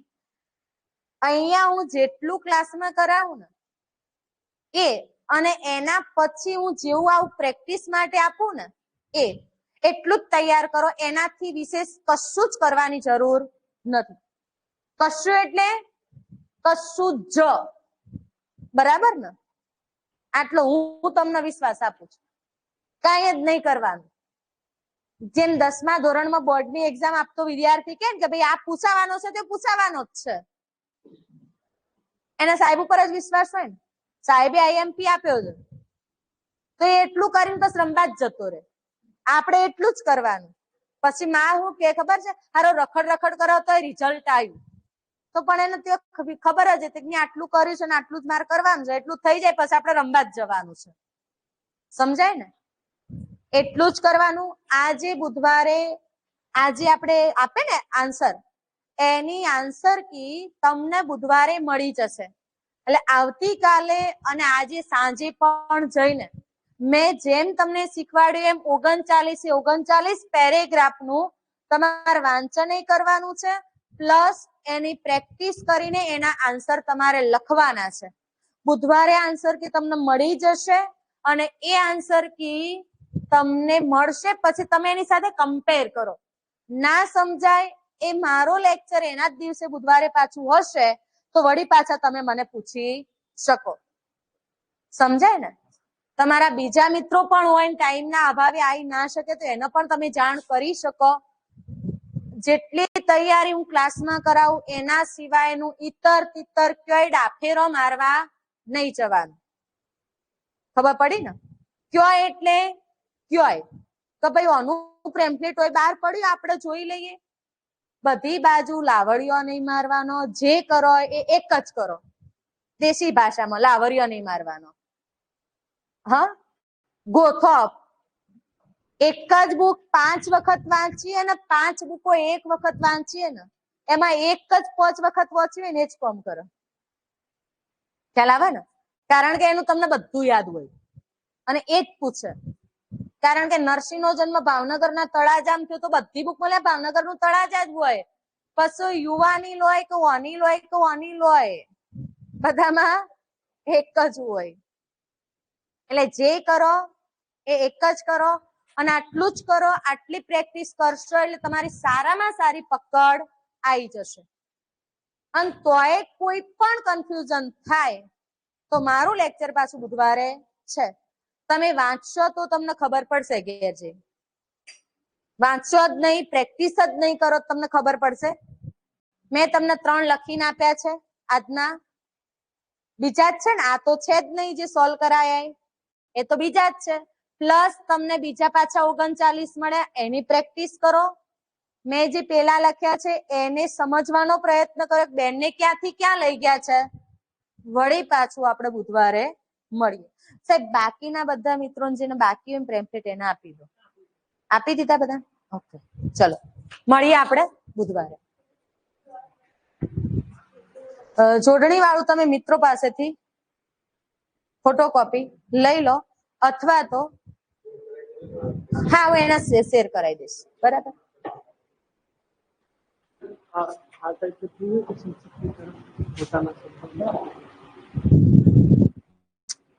આ તો છે જ નહીં ને, કોઈ કમેન્ટ વાંચી જ હતી ને આપણે.